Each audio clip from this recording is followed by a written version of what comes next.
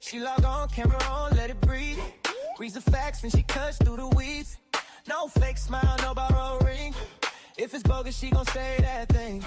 Black queen in her own lane. Speaks her mind, don't chase no fame.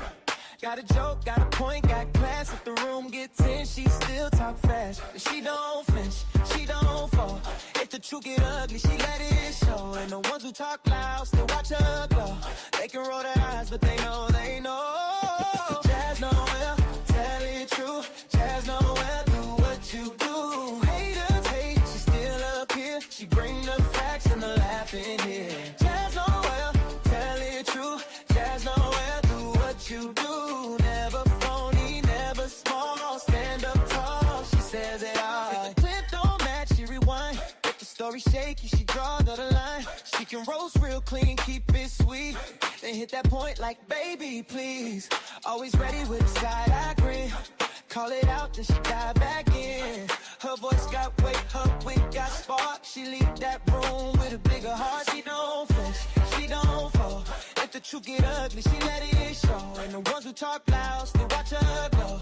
They can roll their eyes, but they know, they know. Jazz Noel, tell it true. Jazz Noel, do what you do. Haters hate, she still up here. She bring the facts and the laugh in here. Jazz Noel, tell it true. Jazz Noel, do what you do. Never phony, never small. Stand up tall, she says it all.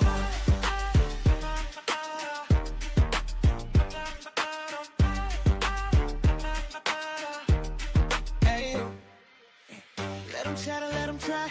She got grace and a sharpened eye. When the noise get wild, she stay composed. One good laugh, then she lets it go. Jazz Noel, tell it true. Jazz Noel, do what you do. Haters hate, she still up here. She bring the facts and the laugh in here. Jazz Noel, tell it true. Jazz Noel, do what you do. Never phony, never small. Stand up tall, she says it all.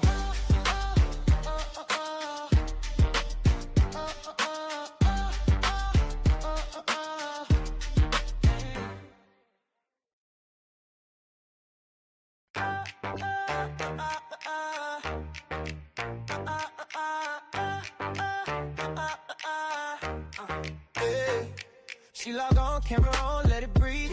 Reads the facts and she cuts through the weeds. No fake smile, no borrow ring. If it's bogus, she gon' say that thing. Black queen in her own lane.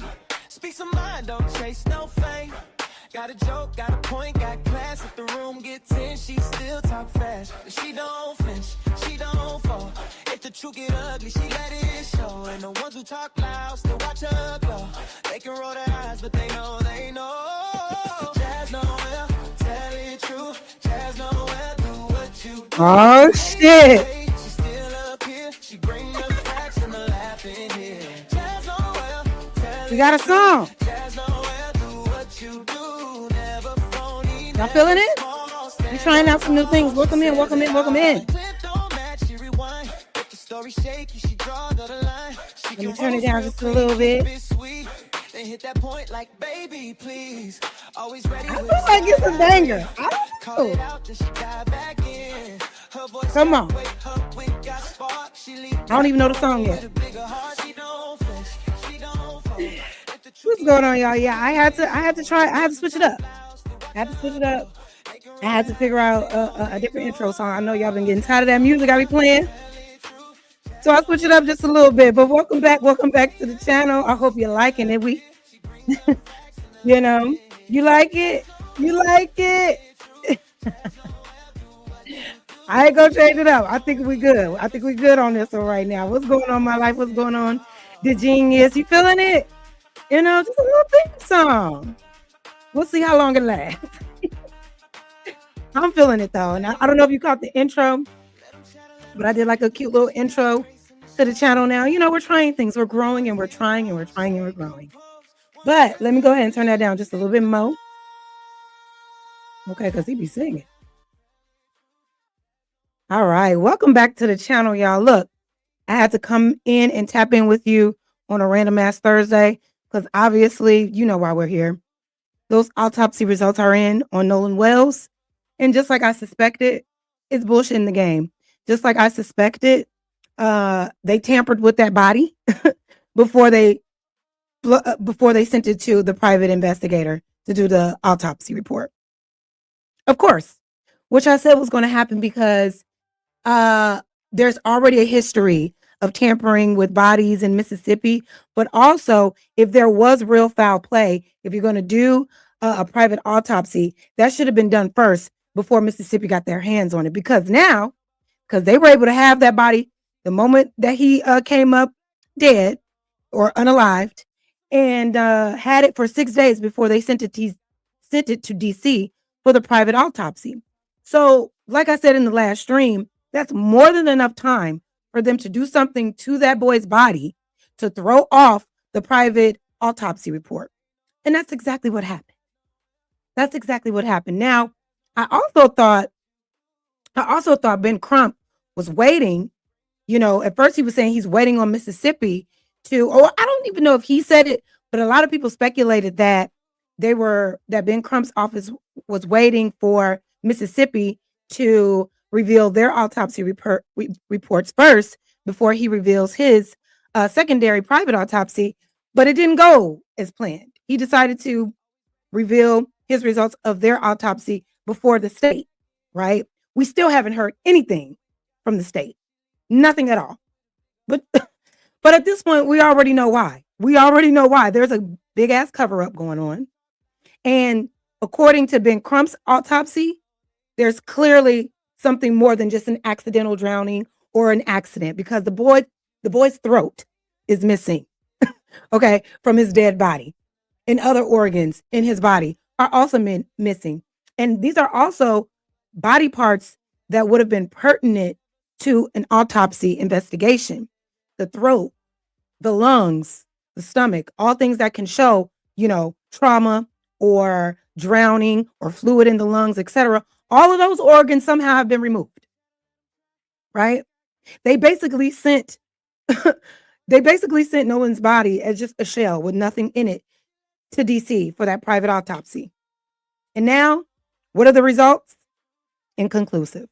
So, like I said, they've been playing in our face, and they're going to continue to play in our face if we don't start calling this shit out loudly and clearly, and denounce the idea that there isn't any foul play, and just run with the idea that there's been foul play from the very beginning.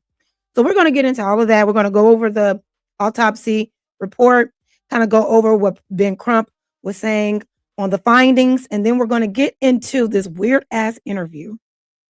So much happened yesterday, y'all. This weird ass interview with Officer Tatum. Now all of a sudden, right, Warren, one of Nolan's so-called friends that was on that boat and one of the last people to see Nolan alive, he decides he don't want to talk to the parents. He don't want to talk to any mainstream media. He don't even want to talk to the police. But you want to go over to anti-Black, the biggest coon, one of the biggest coons of the internet, Officer Tatum, to tell your side of the story. And the interview was so bizarre. He's already up to part 3 right now. So we're gonna go through each episode. They're only about like 15, 16 minutes long.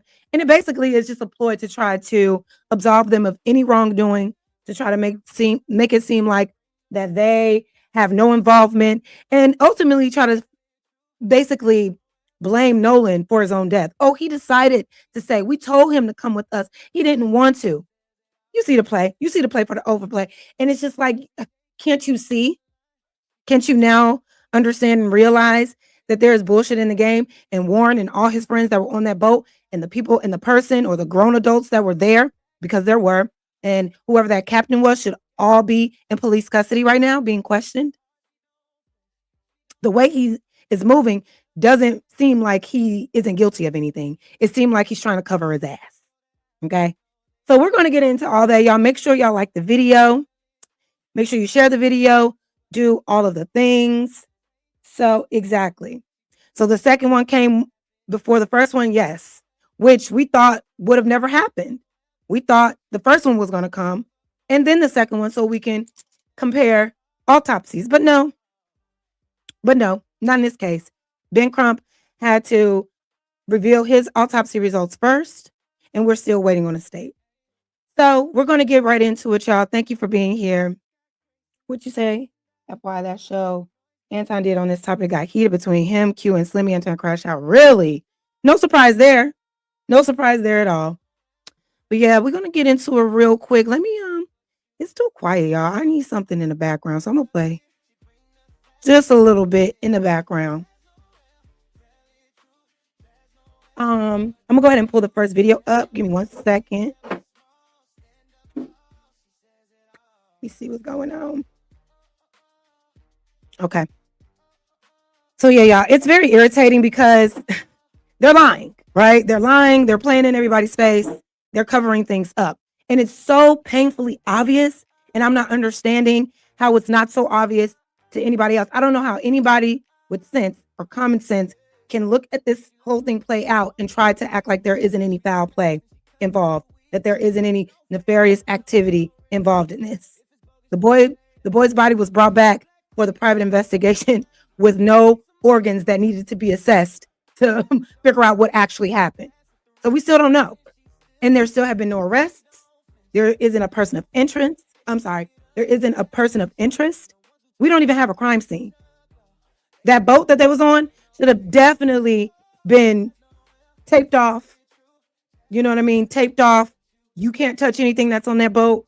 But none of that has gone down. In fact, it was enough time has passed for them to clean that boat, remove any evidence, remove any blood. Because also, I don't know if you guys heard, we're going to go over it, but there was bruising, red bruising, right on the back of Nolan's head, like a blunt force trauma-like injury on the back of his head. Now, how does one get that type of injury from an accidental drowning, allegedly? It's like I just roll my eyes because it's just like I don't believe anything. Everybody, I'm looking at everybody sideways. Everybody is a suspect. Everybody has something to do with it. Point blank, period. All right. So once again, y'all, make sure you like the video. I'm gonna go ahead and bring this up. We're gonna play the original autopsy video without any interruptions, without anybody else's commentary. This is from WLOX News. Let me go ahead and subscribe. And yeah, let me hold on.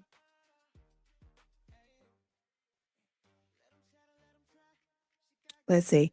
Okay, so we're gonna start it here. So the beginning of this press conference started with, Ben Crump. Al Sharpton wasn't here this time. Not sure why, but he wasn't here. But it started off with him acknowledging the audience. His parents spoke on behalf of Nolan as well. Almost very similar to what they were saying at the funeral. But if you guys want to go watch that, you can. We're not going to start it there. We're going to start right when he gets into the autopsy report. So without further ado, let's go ahead and recap and review. Like the video, share the video. Make sure you call everybody to pull up. Let's go. So, Mr. Jones, keep down. I don't need this. Hey, baby. So,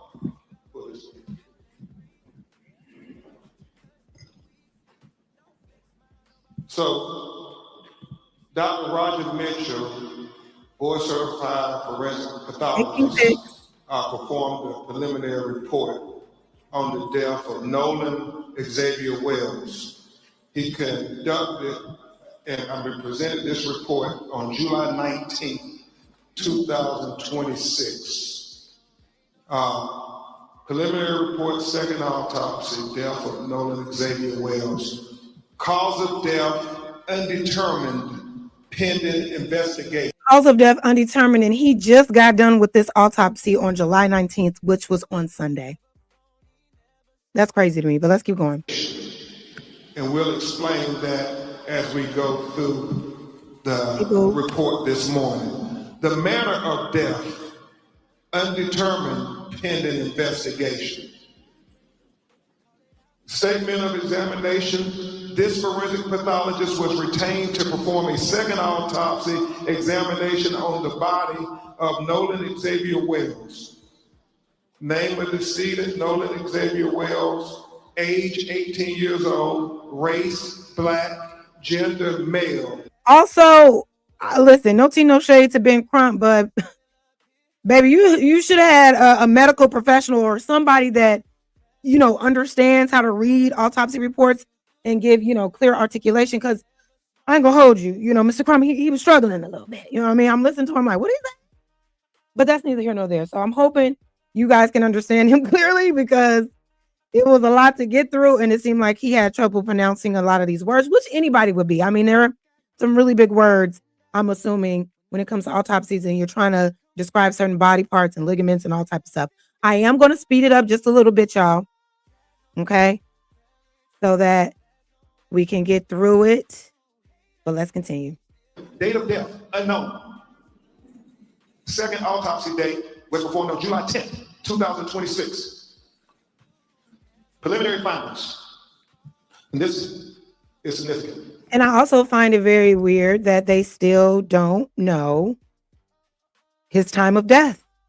They don't know when he actually died. They don't know when he actually was deceased. You can't place him dead July 4th, July 5th. We don't know. We still don't know. Focal area of red discoloration in the soft tissue of the back of the head, the occipital region. He said the etiology is unknown at this time. He said the body was received after the initial autopsy. He said the body had marked decompensation. He said coronal incision of the scalp, brain removal, Y-shaped incision of the anterior torso, and he talked about the organs being removed, as is common, accompanied in the body cavity. Notice how the audience screamed when he said the organs have been removed, because it's a tell as old as time. Kendrick Johnson was found rolled up in that damn mat with all of his organs removed. And in place of those openings where they removed his organs, his body was stuffed with newspapers, and they ruled that shit homicide. There's been so many times where Black people have gone missing, and when you find them, their organs are removed. So, of course, the audience, right, the people that were at this press conference, they're going to make some noise about that, because here we go again. But listen to the language that Ben Crump uses to describe why the organs were removed, which I really didn't understand. And that when you have an autopsy, the organs are removed from the body, and they are dissected and examined. And then they are put back in a bag within inside the body. So when they're buried, their remains will all be with them. But in this occasion, if there's going to be a second autopsy, then the organs are put in the body cavity, so the second pathologist could be able to examine the organs as well. Very significant for Dr. He's saying that it's standard practice to remove the organs, examine them, and be placed back in or placed in a bag and sent to the second autopsy, but that didn't happen in this case. Meanwhile, we ain't heard shit from that weird ass lady in Mississippi, which we will also get to. Horrible history of autopsies, but we haven't heard anything. And the second examiner wasn't even made aware that this body was going to be sent with some of its organs missing. Very suspect. Mention was that the anterior inner neck structures were absent, not received with the body, and we'll explain that in just a minute. And then it talks about the additional procedures performed on the second autopsy, and we'll go into the paragraphs on that there, because he explains it there in his narrative. So where's the first page of the discussion? Not the document yet. Document on that.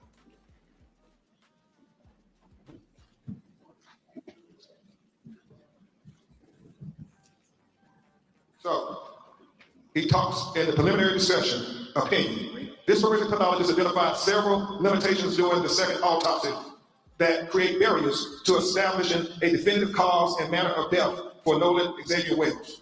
And that's important. He talks about the fact that we didn't get to see the body when it was first recovered, like the medical examiner working for Mississippi would have seen. He talks about the second autopsy performed on Nolan Wells revealed marked decompensation or changes. Marked decompensation can obscure the presence and absence of bruising on the skin surface, especially during a second autopsy examination. What he's saying, because the body was so decomposed that you couldn't tell if there was bruises or abrasions on the body when he received it on the 10th. of July. For these reasons, additional dissection procedures not performed during the first autopsy examination were performed to rule out potential blunt force injuries responsible for the death. These procedures included facial dissection, posterior head and neck dissection, dissection of the ribs, the pelvic, dissection of the subcutaneous and deep soft tissue, dissection of the back, the buttocks, the arms, and legs. He did all of this to rule out things. He ruled out there were no fractures or deep tissue injuries identified. This was very important because he wanted to be very thorough and very transparent, because transparency is the key to getting to the answers of why Nolan Wells is not. And yet, he's saying transparency is the key, and yet we still have no transparency. There has not been a lick of transparency in this case at all whatsoever. Okay? It's all just been rigmarole. Well, let's keep going. With us. So he did that there and was very straightforward, very open, very open. He says, however, dissection of the back of the head during the layered posterior neck dissection revealed a 12 by 8 inch focal area of red discoloration in the deep soft tissues overlaying the occipital bone. And he talked about how he found red discoloration when he cut open into the back of his head towards the occipital bone, and he saw the red discoloration, and we actually saw the pictures of it. It's significant. You can't help but notice, why is this dark red here in the back of his head? And so it should have been calls made to that medical examiner for the excuse me, what's her name? I think her name is medical examiner Stacy Turner in Mississippi. That office should have been contacted immediately once the second examiner found the red bruising on the back of his head. Because where'd that come from? What was their explanation of that? It was important to note that in his report. He said that etiology of this finding is unclear. There are no lacerations of the overlaying skin nor fractures of the underlying skull. These findings are inconclusive for perimortem injury due to both the extensive decomposition and the absence of associated injuries. This finding, however, is significant enough to be highlighted in this preliminary report for further investigation. It is important to reiterate that the finding could not have been observed in the first autopsy because the posterior head and neck dissection were not performed. What? He said another limitation. So he just said they didn't even perform the autopsy on his head where that bruising was. So there were no details in the original autopsy to explain the bruising on the back of his head. Foul play. Like, come on now. Another limitation faced by this forensic pathologist was the absence of the anterior internal neck structures. The trachea and the laryngeal cartilage, the thyroid horn, and the hyoid bone were not received with the body. So he's saying that the throat was not received with the body when he got Nolan Wells' body in Washington, D.C. Very convenient. The throat not received with the body. That tells me, oh, so he was strangled. That's what that tells me. So he was strangled. So they choked him out. And if we would have gave you his body with his throat still attached or his throat still intact after us, it will be clear. It would prove that. It would be a clear indication that something more than just a drowning happened. Okay. Like, it's so obvious. It's so obvious this is a cover-up. It's ridiculous. Like, they're not even trying to do good at covering this up at this point. He could perform the second autopsy. And so let's discuss that with what he said about that. He said, it is assumed that the initial pathologist retained these structures for additional evaluation. He said the retention of the anterior neck structures during an initial autopsy is a common forensic pathology practice. He was chief medical examiner for 7 years in Washington, D.C., and he said that if they had concern about throat or any fracture or compression of the throat, they would hold them back. He doesn't know why they held the throat back, but he said the throat was not with the body of Nolan Wells when he received it in Washington, D.C. to perform the second autopsy. He said, nevertheless, a posterior neck dissection performed without review of the anterior neck structures is incomplete. Therefore, this pathologist cannot rule out injury to the neck as a contributor or a cause of death. He said he would need to have the medical examiner in Mississippi allow him to review the throat. That's why he said, going on with Doctor? Thank you for being here. Remember, it's about transparency. They kept that man autopsy rightfully removed and dissected each organ, there are additional limitations inherent in the second autopsy of Nolan Wells. The most significant of the limitations was the inability to directly observe the airway and the lungs for water and directly observe the stomach for gastric contents. He said it is very significant as to what the initial forensic scientists who got to review the body when it was recovered. We have heard from our call center people saying the body wasn't waterlogged. Well, we need to know those things. But unfortunately, because the body was decomposed and the organs have already been dissected, those are things we can only get from the initial autopsy. So therefore, again, the manner and cause of death is undetermined until further investigation. So they took his neck, they took his throat, and they took his stomach. We can't even determine if he drowned. Isn't that what y'all want to run with? I would think. You know what I mean? It's just, I'm so tired, y'all. I'm so tired. What you say, which doctor? You said, I hope I covered, which one? The latest one that she did? Which one? Because I was just watching her before we started. I was just watching her. She's talking about something else now. But Nancy Grace is on the case. And she ain't going to stop. She ain't going to stop until we get some answers. So shout out to Nancy. But we will see. King Pig said, what percent of Ben Crump's cases does he win? It seems like he cares more about fame than being a lawyer. Yeah, DM me that, witch doctor, please. I don't know, but I have definitely done a little bit of research, spoken to a few different people. He does, have a good record of, bringing monetary gains in light of injustices like this as it pertains to Black people. That's what we know. I don't know. And I guess that's all a civil rights lawyer can do. I don't know, but it seems like that's all he does. So there are a lot of people, how good of a lawyer he is. It's still, it's still out there to be determined. It's to be determined. A lot of people don't like Ben Crump. So we'll see what he does. But my thing is the fact that he felt like he needed to pledge, or no, not even him, but as the lawyer, allowing Al Sharpton or anybody else to pledge all this money for answers. I'm wondering what he's doing as a lawyer with the investigation, right? It just seems like there's a lag in the investigative reporting. So now we need to put up some money to get people to talk. Well, like I said before, what's going on with the investigation? Why do we even need to go that route right now? You know what I mean? But we'll see. We'll see what happens. Hopeful that the Mississippi Medical Examiner would give Dr. Mitchell an opportunity to see their photographs and their observations to the condition of Nolan Wells' body closer in time to July 4th. That is very important, and we have to continue to demand transparency, President Johnson. Hold on, let me play that one more time. The original toxicology results have not been received at the hopeful that the Mississippi Medical Examiner would give Dr. Mitchell body when it was recovered.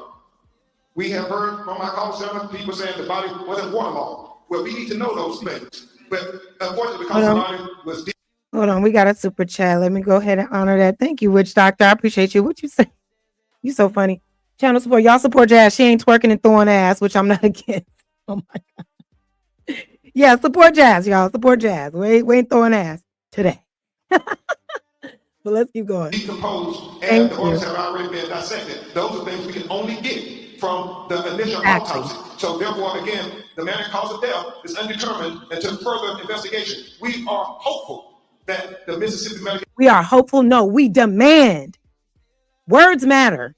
Words matter. This hope and we'll see and all this nonchalant type of language, it ain't put enough pressure on them. No, we demand for the medical examiner in Mississippi to turn up their autopsy reports so we can know what happened to the trachea, what happened to his lungs, what happened to the back of his head, all of that.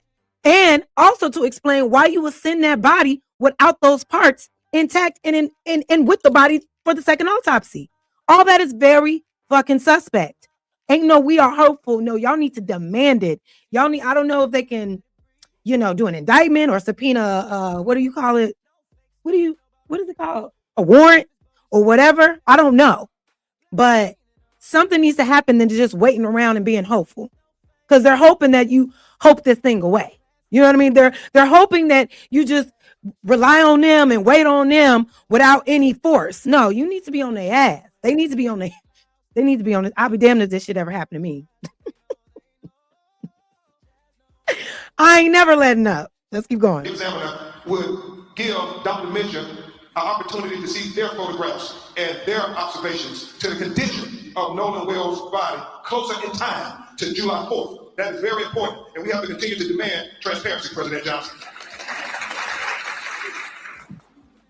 In addition, the original toxicology results have not been received at the time of this report, and we continue to wait for the toxicology. Thanks for being here. Hit the like button, y'all. That will be part of the investigation into Nolan Wells' autopsy by Dr. Mitchell. It is significant to note that there's many things that go into toxicology that only Dr. Mitchell will be able to opine upon, and medical experts can opine upon, and he feels the proper place to do that is before a grand jury.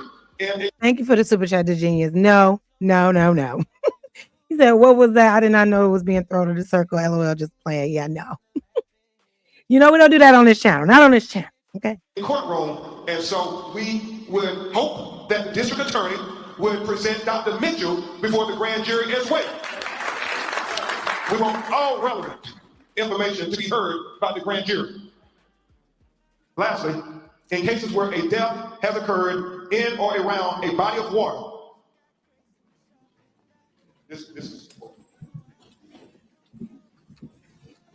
And again, stuff is being taken to the grand jury. We're also going to play a video of Judge Mathis because he kind of broke down this whole grand jury thing. Because when we first heard about this case being taken to the grand jury without any evidence, without any suspects, I was confused. Like, what are they going to look at?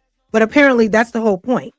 Judge Mathis breaks it down like, yeah, that sounds crazy because when you go straight to a grand jury, they're not going to be looking at anything and going to come to their conclusion based off what, what he said was the defense doesn't have an opportunity to present any evidence, right? Or the people that are defending themselves against, Nolan Wells. No one has anything to present to the case. We'll get to it though. I'm not articulating it as clear as he did. But when he said that, I'm like, okay, it makes sense as to why they're trying to jump the gun now, because they know that there's bullshit in the game and they want to immediately put a stamp on it, close this case, and let it go cold. Lastly, in cases where a death has occurred in or around a body of water with suspicion of drowning, it is important to confirm how that person entered the water. This is the crux of the matter. This information is especially important for those deaths of persons who can swim. As in the case with Nolan Wells, at the time of this report, this forensic pathologist does not know the condition of Nolan Wells. He did not know whether he was conscious or unconscious when he entered the water. He said that would be significant. He said he did not know whether he was forced into the water or unforced into the water. He said that would be significant. So he said the condition of Nolan Wells before he entered the water would be the crux of the matter. It would be of utmost importance to being able to determine a cause and manner of death. Thank you for the gift. Definitive circumstances of death are required to determine the manner of death. For these reasons, this pathologist cannot rule out, and let me really call your attention to this. For these reasons, this pathologist cannot rule out if any intervening non-accidental factors contributed to or caused the death of Nolan Wells. Understand, he's saying based on the examination of the body, he cannot rule out foul play. That is significant. With the following questions still outstanding, number one, what were the circumstances that led to Nolan Xavier Wells entering the water? Number two, what was the body position when it was found? We know that a member of the United Cajun Navy said that he was face down and he was fully clothed. Number 3, where's there water? Face down, that was intentional. That was intentional. In the airway. Remember, we talked about the lungs and the airways where they fill with water. Number 4, is there any evidence of injuries? Wait, okay, so that, let me go back because he's like, he's telling the question and answering it, but when it came to were the lungs filled with water, there was no answer to it. Let me play it again. Hold on. Xavier Wells entered the water. Number 2, what was the body position when it was found? We know that a member of the United Cajun Navy said that he was face down and he was fully clothed. Number 3, where's there water in the airway? Remember, we talked about the lungs and the airways where they fill with water. Number 4, is there any evidence of injuries? So I guess he jumped to that because shit, they didn't give him lungs. The lungs weren't there for the second autopsy, so they still don't know. That's what I'm like, there's no reason. How could he even perform a thorough autopsy with all of these important body parts missing, all these important organs inside of his body gone? How can this even play out? It should be no, I can't conclude anything until we get information from the state. I can't conclude anything on my autopsy until I get those organs here and I'm able to assess them. How was he able to just close out this autopsy without any of that in the first place? To the anterior neck structure. We got the autopsy without his neck. We got the body without his neck at the time of the second autopsy. That don't make any sense. Number 5, is there any evidence of any intracranial hemorrhage? He said that is going to be very significant. Things that he could not observe at autopsy that the initial medical examiner would have been able to observe. Number 6, what was the composition of the stomach contents? He talks about that being important because when was he found? How long had he been in the water? How long had it been since his last meal? All those things become relevant factors when you're trying to do a thorough and impartial autopsy. And number 7, what are the toxicology report findings? He said the best classification again for the cause and manner of death for Nolan Xavier Wells is undetermined pending investigation. This forensic pathologist reserves the right to review and incorporate additional forensic pathology information into his opinion as it becomes available. He says the above opinions are expressed to a reasonable degree of medical certainty. Dr. Roger A. Mitchell, July 19, 2026. And we know that, as I said, this is only another part of the puzzle. And even though it tells us significant information, we still have more questions than we have answers at this time. And we will continue to press forward and persist, Christine and Elmore, with getting the answers to these questions. Because as you get... How? I like this comment. Exactly, Thrifty Nichols. They should have demanded everything before they even did it. You should have, once that body came over with all the organs missing, call should have been made immediately. We're going to have to pause on this autopsy because we don't have all the information. We don't have all the organs here to even do an autopsy. We're not going to do anything until all the organs are here. So now we've done another autopsy for basically no reason because we still have no answers. We still don't know what's going on. And we won't be able to get any answers until we have the body parts, until we have the organs. So how much effort? I'm hoping they're putting all forth the effort to get those organs into the second autopsy so they can be reviewed, because right now it's giving like a hope and a prayer. It sounds good, like we're going to demand, we're going to be persistent, but how? I would have loved to hear the next step since we weren't able to do a thorough autopsy.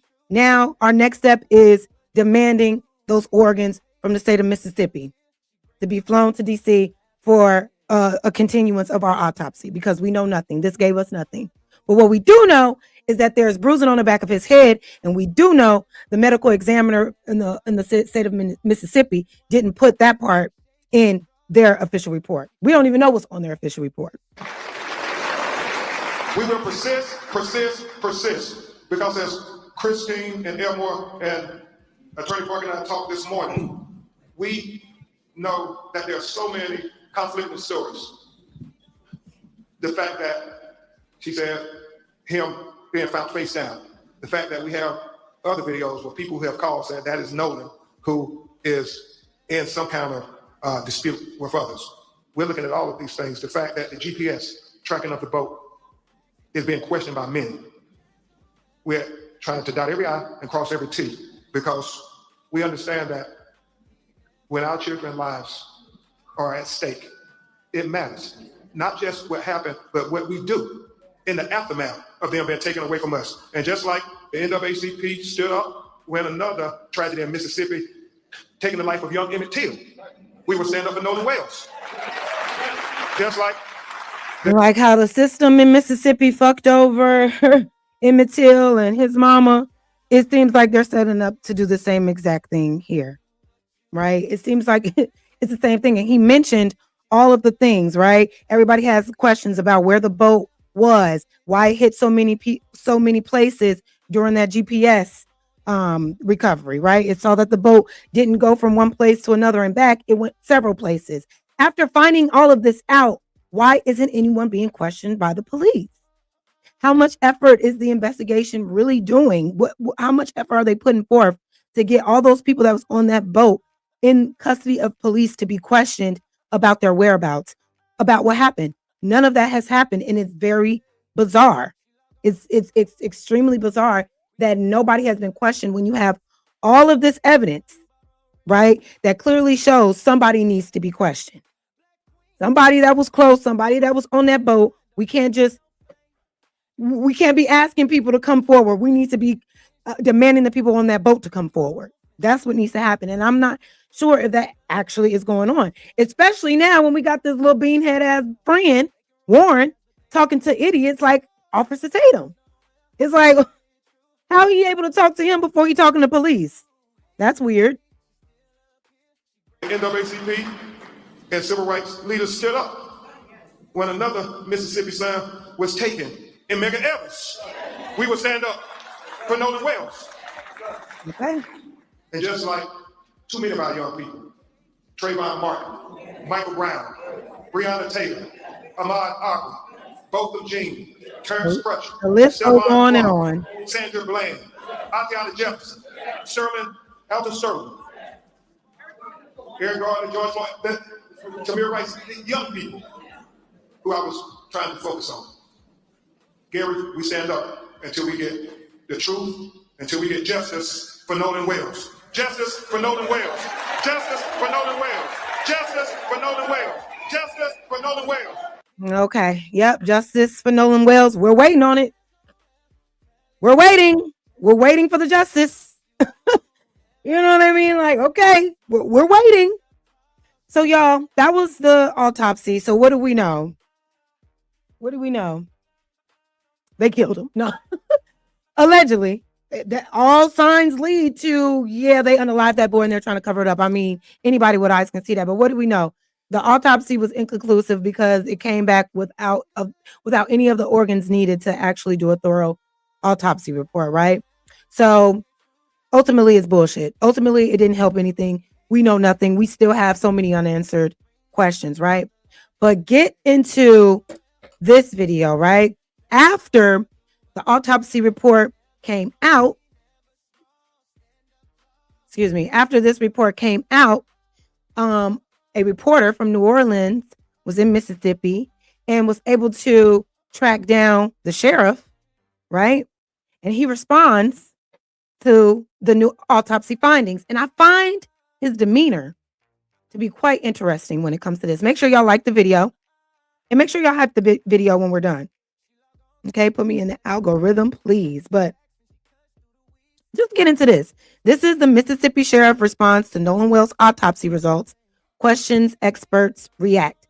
This is from Hype News. You know, we review some of his videos all the time, so shout out to them. But get into this video and let me know what y'all think. I'm Janaba. Sure. Can I ask you a quick question really quickly?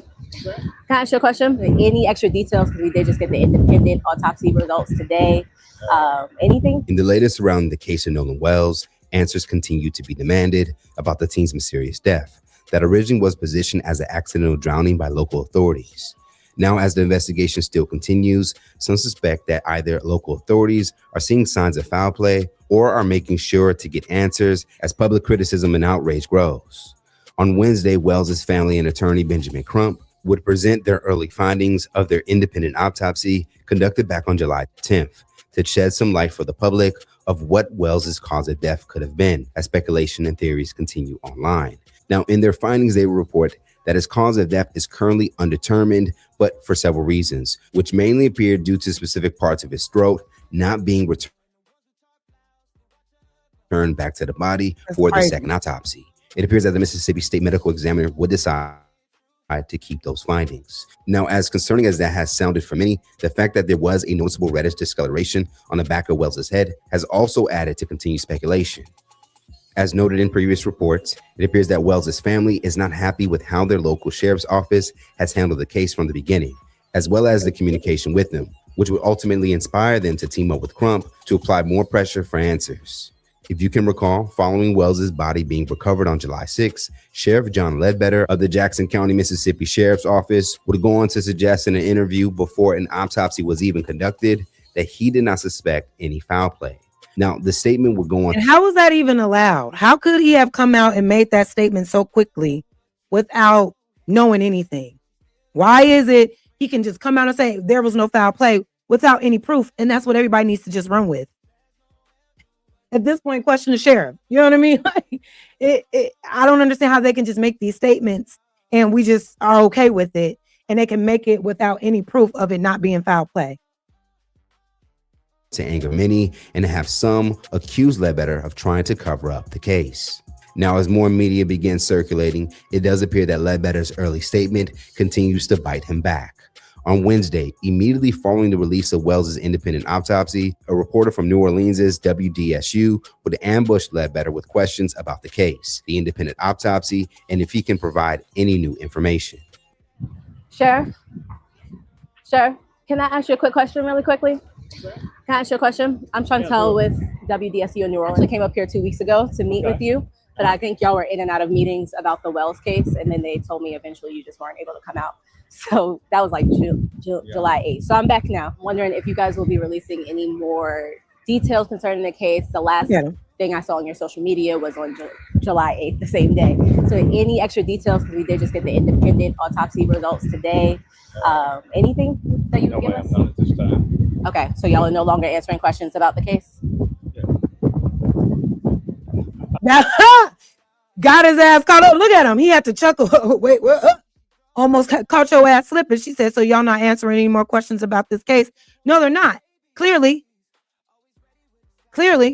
the way he said, no, we don't have anything. We don't have anything new. How don't you know what's going on? How don't you know about any updates? You can't give us any reasoning as to why the second autopsy came up without his throat, without his lungs. You can't give us anything. So she asked, oh, so y'all not answering any more questions about this. But he got on the defense very quickly, and always pay attention to people who automatically get on the defense when you're simply just asking a question.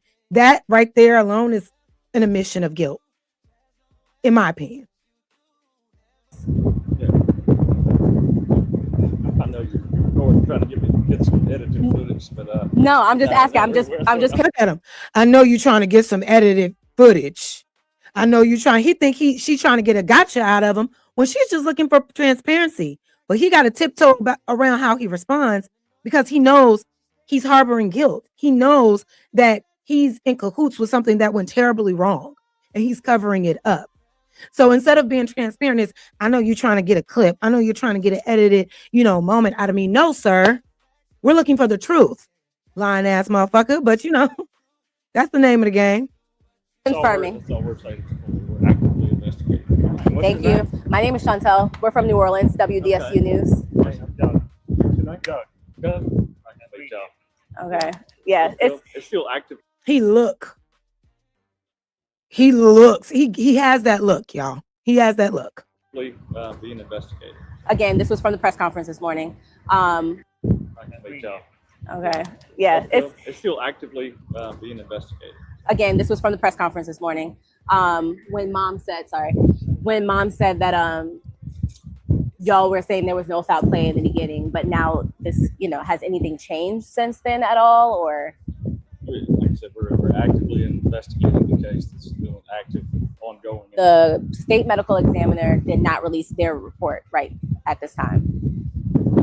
if I were you, I'd check with the district attorney's office too. As far as I know, and you don't have to publish that. That's going through the district attorney's office. That's not. We don't do that. That's state. What? What? He straight up told her, like, go talk to the DA about that. I don't know why she ain't put out her autopsy report yet. Talk to everybody else. Don't talk to me. We don't handle that. You're the damn sheriff. Like, enough already. Enough already. There's bullshit all in his game. Oh my God. It's exhausting. Now, the moment honestly looks to have caught Ledbetter off guard, but he would continuously state that it is still an ongoing investigation, while dodging in-depth questions and any thorough reactions to the results from this newest autopsy. Now, as you should know, Wells's parents and representatives are mainly after transparency and clear communication from Ledbetter and the local authorities, but it does appear that the sheriff's office is playing by their own rules instead of a collaborative approach, as they continue to remain tight-lipped about any new findings. Now, despite Ledbetter's lack of an in-depth update, many, however, would take to social media to share their reactions to the results from the independent autopsy, including several medical experts, to further elaborate on the findings. I've done hundreds of autopsies on infants, toddlers, young teens, young adults, senior citizens, obese, morbidly obese, different ethnicities, suicides, murders, accidents, natural causes. I've done them all. So when you tell me there was an absence of the interior structure of the neck, Crazy. My question is why and where is it? Right. Was it recovered with the remains, or were the remains like this when you retrieve the remains? What part of his neck is missing? Has the soft tissue been preserved, or did the water damage or anything else disrupt what could possibly be used as information to find out the cause of death? Because if his neck is missing, then what caused his injury? The structural integrity of a neck, unless it was decapitated or dealt severe trauma, should be intact. So where's the portion of his neck? The interior, the inside of his neck is missing. Why? What can cause that type of damage to the neck and then the trauma to the back of the head? Here's my theory. Since it's clear that he has trauma on the back of his head, red bruising, and not like at the top, not at the crown, but literally right here, that tells me, right? That tells me, and in addition to his throat being removed, that tells me this boy was choked out. And he was either, in a headlock and fell back on something hard, which caused that bruising, right? Fell back on a hard surface, or they had him laid down and choking him out against a hard surface. That's all that tells me. You remove the neck because that will actually show bruising and show proof of strangulation. You remove the lungs because there were no water in them. And you didn't want to do the assessment on the bruising on the back of his head because it will conclude that there was blunt force trauma that a drowning couldn't possibly have given him after the fact. And we already know the Coast Guards, everybody that saw the Cajun Navy literally made a statement and said that boy's body was not bloated. It did not look like a drowned body. It looked like he was sleeping on the side of the beach. That's what that Coast Guard said. But let's continue, because this is really interesting to hear the commentary of real coroners and people that work in this field that, it's raising questions for them as well. Did they strike him in the back of the head and stab him? Or did they shoot him in the neck? Right? Oh. And he falls back and he hits his head. In which case, in my humblest opinion, he was murdered. Absolutely. I'm Dr. Judy Melanek. I'm a board-certified forensic pathologist. And I just watched the Nolan Wells press conference. And I wanted to share some context for everyone. Being able to definitively state the cause of death after a body has not been found for several days and has been subsequently autopsied twice with signs of decomposition is incredibly, incredibly unlikely. Drowning is what's called a diagnosis of exclusion, which means that when you've got a fresh body, you want to be able to look at the body and see if there's any other causes of death for that body that is found in water that exclude the death being exclusively a drowning. So, for example, if someone is shot and then thrown in the water, you'll have that gunshot and they'll be bleeding, and the gunshot will be the cause of death, and the thrown in the water is not the cause of death. It's not even on the death certificate. If a person is strangled and they die from strangulation and then their dead body is thrown in the water, their body will take on water, but the cause of death is going to be strangulation, not drowning. Also, for any kind of traumatic injuries. His body was found 2 days after he disappeared, and this second autopsy done by Dr. Roger Mitchell wasn't until 4 days later. So we're dealing with quite a bit of decomposition, even if the body was refrigerated during that time. And then we have this other issue of the fact it was actually 6 days. Ben Crump said in the first press conference that body arrived 6 days later from Mississippi. So fact that not all the results are back. The toxicology would have been done on the fluids from the body from the first autopsy. From the second autopsy, you're going to have a lot higher alcohol levels from the decomposition caused by bacteria, not caused by drinking. And there's one other important piece of information from that press conference, which is that the neck block, the portion of the neck from the front end, was missing. So Dr. Mitchell did not have a chance to examine that part of Nolan Wells' anatomy. Why is that important? Because if somebody is strangled, especially manual strangulation, the injuries are going to be to the front of the neck. There may be some redness at the back of the neck as well if, injury comes from behind, but generally this part of the neck doesn't have the major blood vessels and the airway. It's the front of the neck that does. I like this comment. You guys, if you have any questions, send me a super chat. If you want to get your questions answered, I'll highlight a few comments, but if you got a question you want to ask me directly, make sure you send me a super chat. Show me some love. But you already know, Auntie love a like, Auntie love a share. That is the most important thing. But this comment right here, he got jumped and accidentally died, and they panicked and dumped his body. He wasn't supposed to pass away. And it's funny that you use the language he wasn't supposed to pass away, because if you recall, one of the boys that was speaking about the situation, I think it was Trayston at the time, the friend that doesn't even know Nolan's mom. Nolan's mom don't know him. He made a very specific claim. We all love Nolan.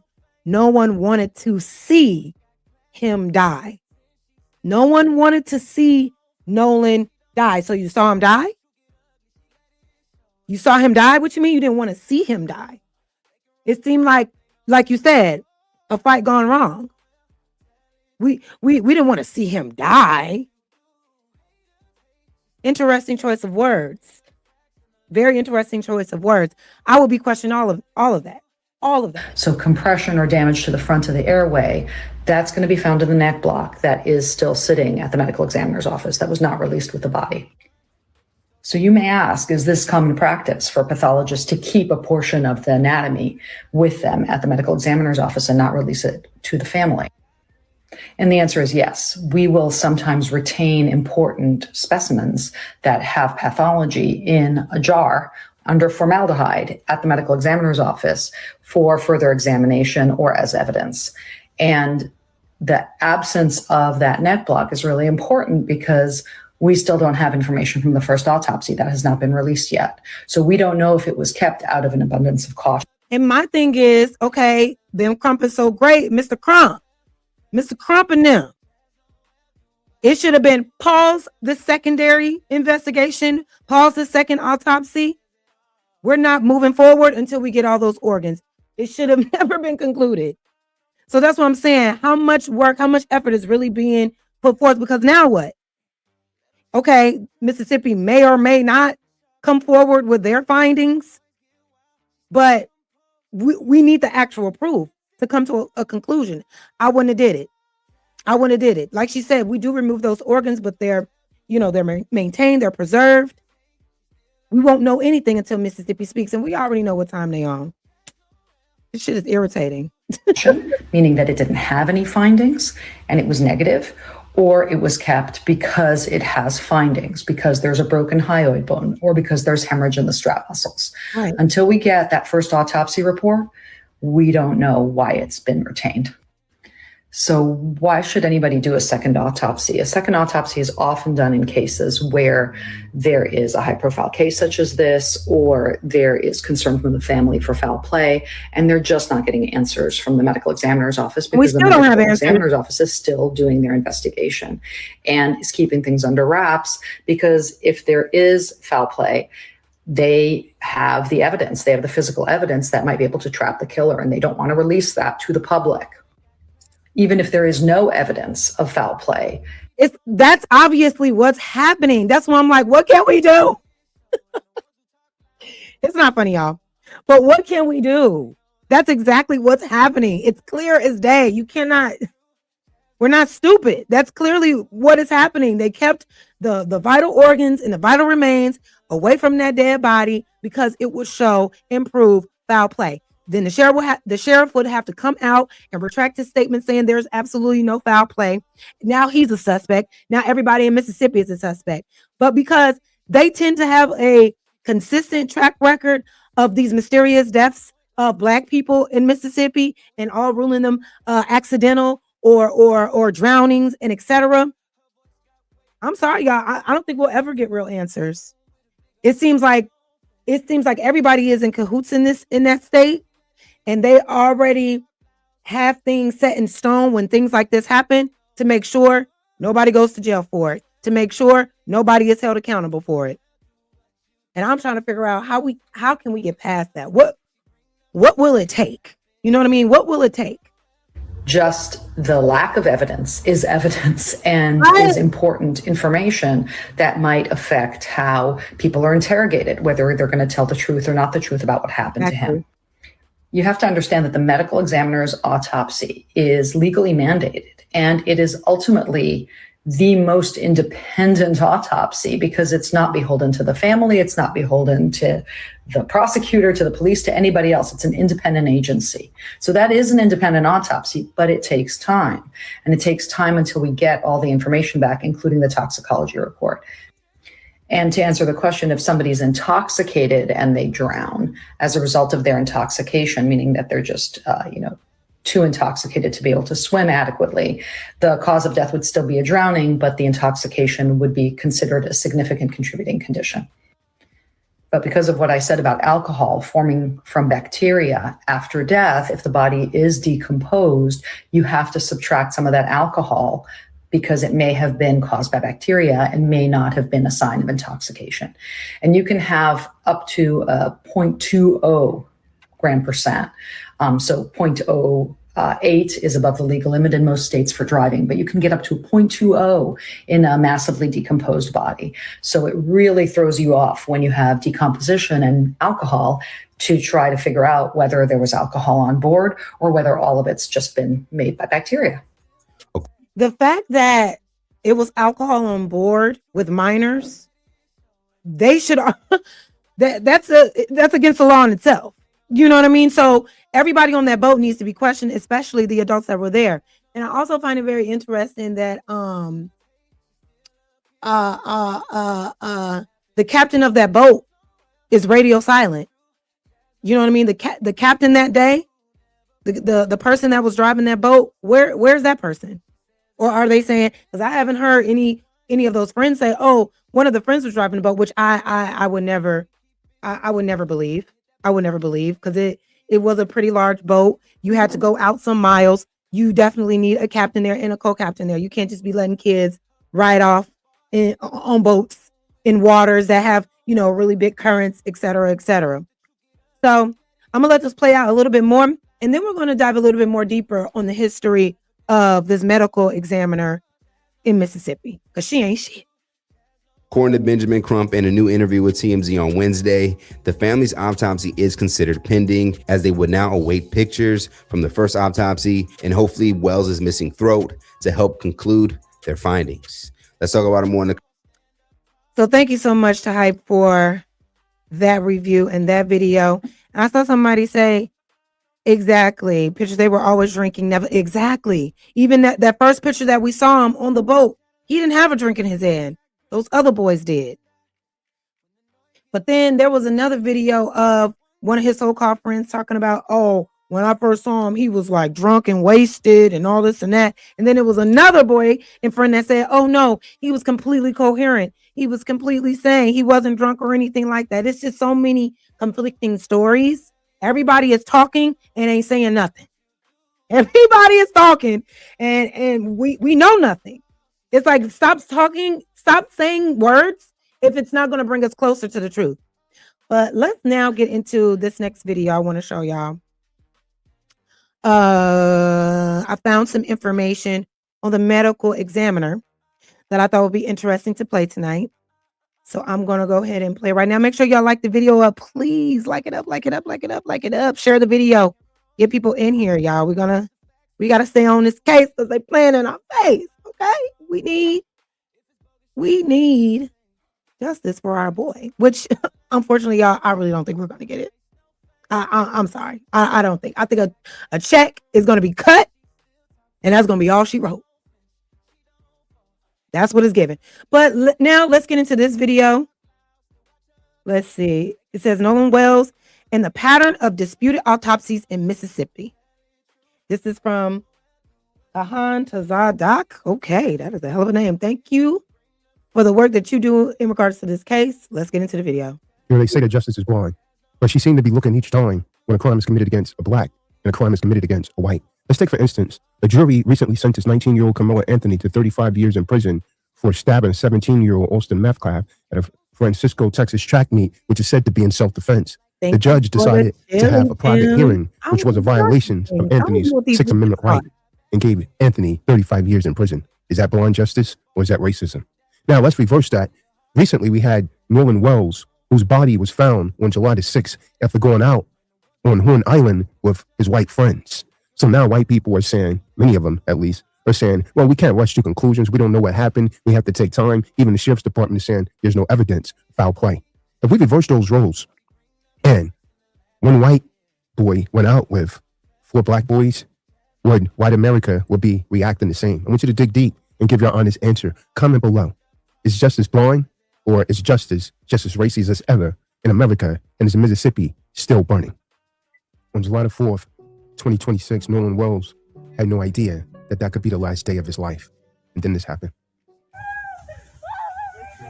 As questions continue to surround the Nolan Xavier Wells case, a new name has begun to quietly enter into the realm of questioning. Not because of anything related to the Nolan Wells case, but because this name has been questioned in other high-profile cases dealing with black men. That name is Stacey Turner. Okay, what is your name and your job title? I'm Stacey Turner, and I'm the Chief Medical Examiner of the state of Mississippi. How long have you been at DPS? It will be 5 years as January 1st. What do you love most about your job? I really love the people I work with. Mississippi's Chief Medical Examiner. This is not the first time her conclusion have been questioned. So the question many people are now asking is, should Nolan Wells' family be concerned? Or are people drawing connections between unrelated cases? Today, we examine the publicly available facts. Facts in the law, that's what matters, folks. Not rumors, not speculation. Just the information that has led some people to ask whether independent medical reviews are essential in controversial death investigations. Now, who's Dr. Stacey Turner? Who is Dr. Stacey Turner? This medical examiner in Mississippi. Dr. Stacey Turner serves as Mississippi's Chief Medical Examiner. As Chief Medical Examiner, she has one of the state's most important responsibilities. That's determining the causes and manners of death. Her findings can actually influence criminal investigations, civil lawsuits, and whether families receive answers. Most medical examiners' decisions never become national news. So why has Dr. Stacey Turner's become national news?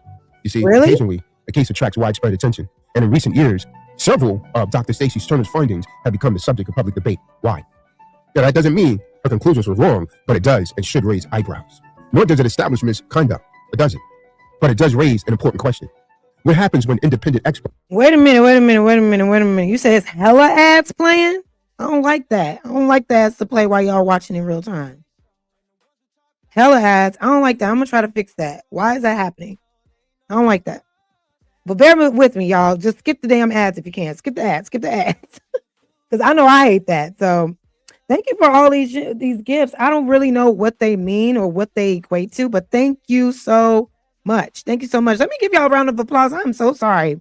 Y'all know I like to clap it up for y'all. I like to clap it up for gang. Hold on. My bad, y'all. Thank you so much for being here. Make sure you like the video. I wasn't aware that it was a bunch of ads playing, but is it? It's lots of ads. Oh my God, I'm so sorry. I'm so sorry. Let me see. Well, thank you for bearing with the stream today. Okay. I'm gonna try to fix that. I thought the ads play after I go live.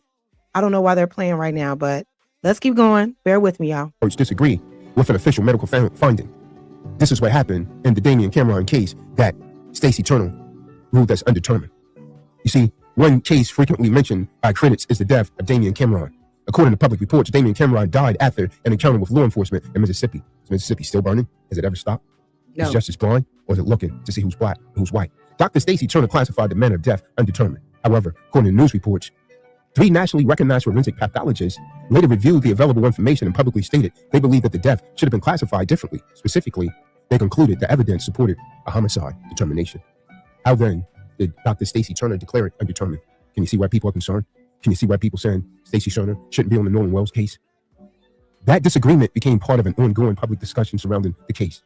It's important to understand what this means. Medical experts sometimes disagree. Yeah, sure, okay. That disagreement by itself does not prove misconduct, but it does demonstrate that forensics conclusions can actually become the subject of legitimate professional debate. But we have 3 people against 1. Then we have the Trey Reed case. And guess who was involved in it? Again, you guessed it, Stacey Turner. See, another case that has actually received public attention involves Trey Reed. Following his death, Dr. Turner. So you see a pattern with this lady, right? You see the pattern. Every time there's a deceased black body, results come inconclusive. There's no real investigation. There's a pattern here, as it always was. Findings also became the subject of public criticism again. Family members, community advocates, and others questioned whether every aspect of the case had been fully considered. And again, those concerns do not establish wrongdoing, but they do have explained why some families seek independent medical review. And I'm Chief Medical Examiner of the state of Mississippi. How long have you been at DPS? It will be 5 years in January 1st. What do you love most about your job?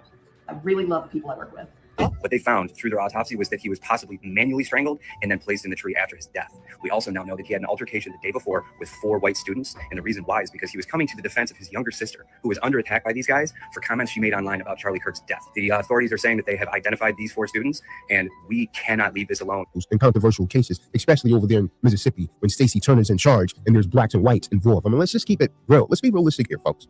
Let's not pretend that these things don't exist. Is this systemic racism? Comment below. See, when people lose confidence in official conclusions, they often look for a second opinion. Not because they've already reached a conclusion, but because they want reassurance that every possibility has been examined. Now, why does this matter in the Nolan Wells case? That brings us back to Nolan Wells. Following Nolan's death, his family retained civil rights attorney Ben Crump. One of the first announcements that he made publicly was that Nolan's body would undergo an independent autopsy. Why? Is it because that... Hey, y'all, so I think I fixed the ad issue to only play afterwards, so sorry about that. Sorry about that. I don't think you guys should be dealing with that anymore, because I know when I watch videos, I can't stand this ad every 5 minutes. So I'm sorry about that. But thank y'all for being here and staying and sticking around. Let's continue, because this is very interesting. And this also needs to be used. I'm playing this. What's going on? What's going on? Thank you so much for being here. I don't know how to pronounce your name, baby. Can I call you a Pizzy? Pizonic? Babe, can you give me one? Can I get one? Yeah, sorry about that. Yeah, thank y'all for being here. But I'm playing this because this is important information, right? This is important information. Pasonics, okay, got you. This is important information that I think can easily be used when they take this to court. If it goes to court, it should go to court, obviously, once some arrests are made, hopefully, because this can really show that there's a discrepancy when it comes to black bodies in the state of Mississippi under this woman's care, right? Under this woman's care, under this woman's, medical examination, when it comes to black bodies, when it comes to black boys and black men, when they mysteriously die, we still don't know how they died under this woman's investigation work or examination work. That could be used as evidence to prove foul play, is all I'm saying. I don't know nothing. I'm just observing. But this information needs to be used because, girl, you need to be removed. He knows. You don't bring answers to anybody. And you got this pattern is horrible. The history of Stacey Turner and determining the death's status of black people. You see, independent autopsies are not unusual in high-profile cases. Families sometimes request them because they want another forensic pathologist to review the evidence independently. It doesn't automatically mean the original findings was wrong, nor does it imply misconduct, or does it? It simply provides another layer of review.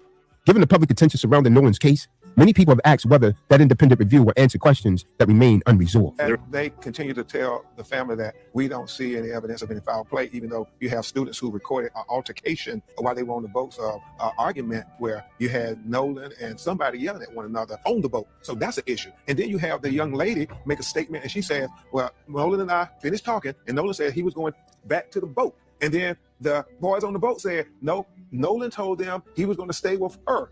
And so they are conflicting. She's saying he went and got on the boat. They saying he didn't get on the boat. So which is it? As we know, his mother, Christine, and his father, Elmo, say they haven't gotten any answers. They have been asked to turn over his cell phone to the Mississippi law enforcement authorities. But even that is troubling to them because they're saying messages that were deleted from his cell phone. So they want to try to dot every I and cross every T and investigate everything. They said it's very improbable that Nolan would not have wanted his cell phone with him if he was going to stay on the island. The deleted text messages on his phone, his parents found that? Who found that out? And then furthermore, like, stop playing. Like, I know all about boat hopping, okay? Trust me when I tell you. If I'm not leaving on the boat that I came with, if we're tied up, right, and it's boats, because the only way you boat hop is you tie up with a bunch of boats, everybody's tied together, and you can literally jump off your boat and jump on another boat, on another boat, on another boat. Not everybody leaves their phones, okay? Not everybody leaves their phones on the original boat. You have sometimes, people have, crossbody bags, waterproof phone bags so they can keep their stuff. In this day and age, people keep their shit even on the boats that they come out with because shit come up missing more than it comes up in the water. You know what I mean?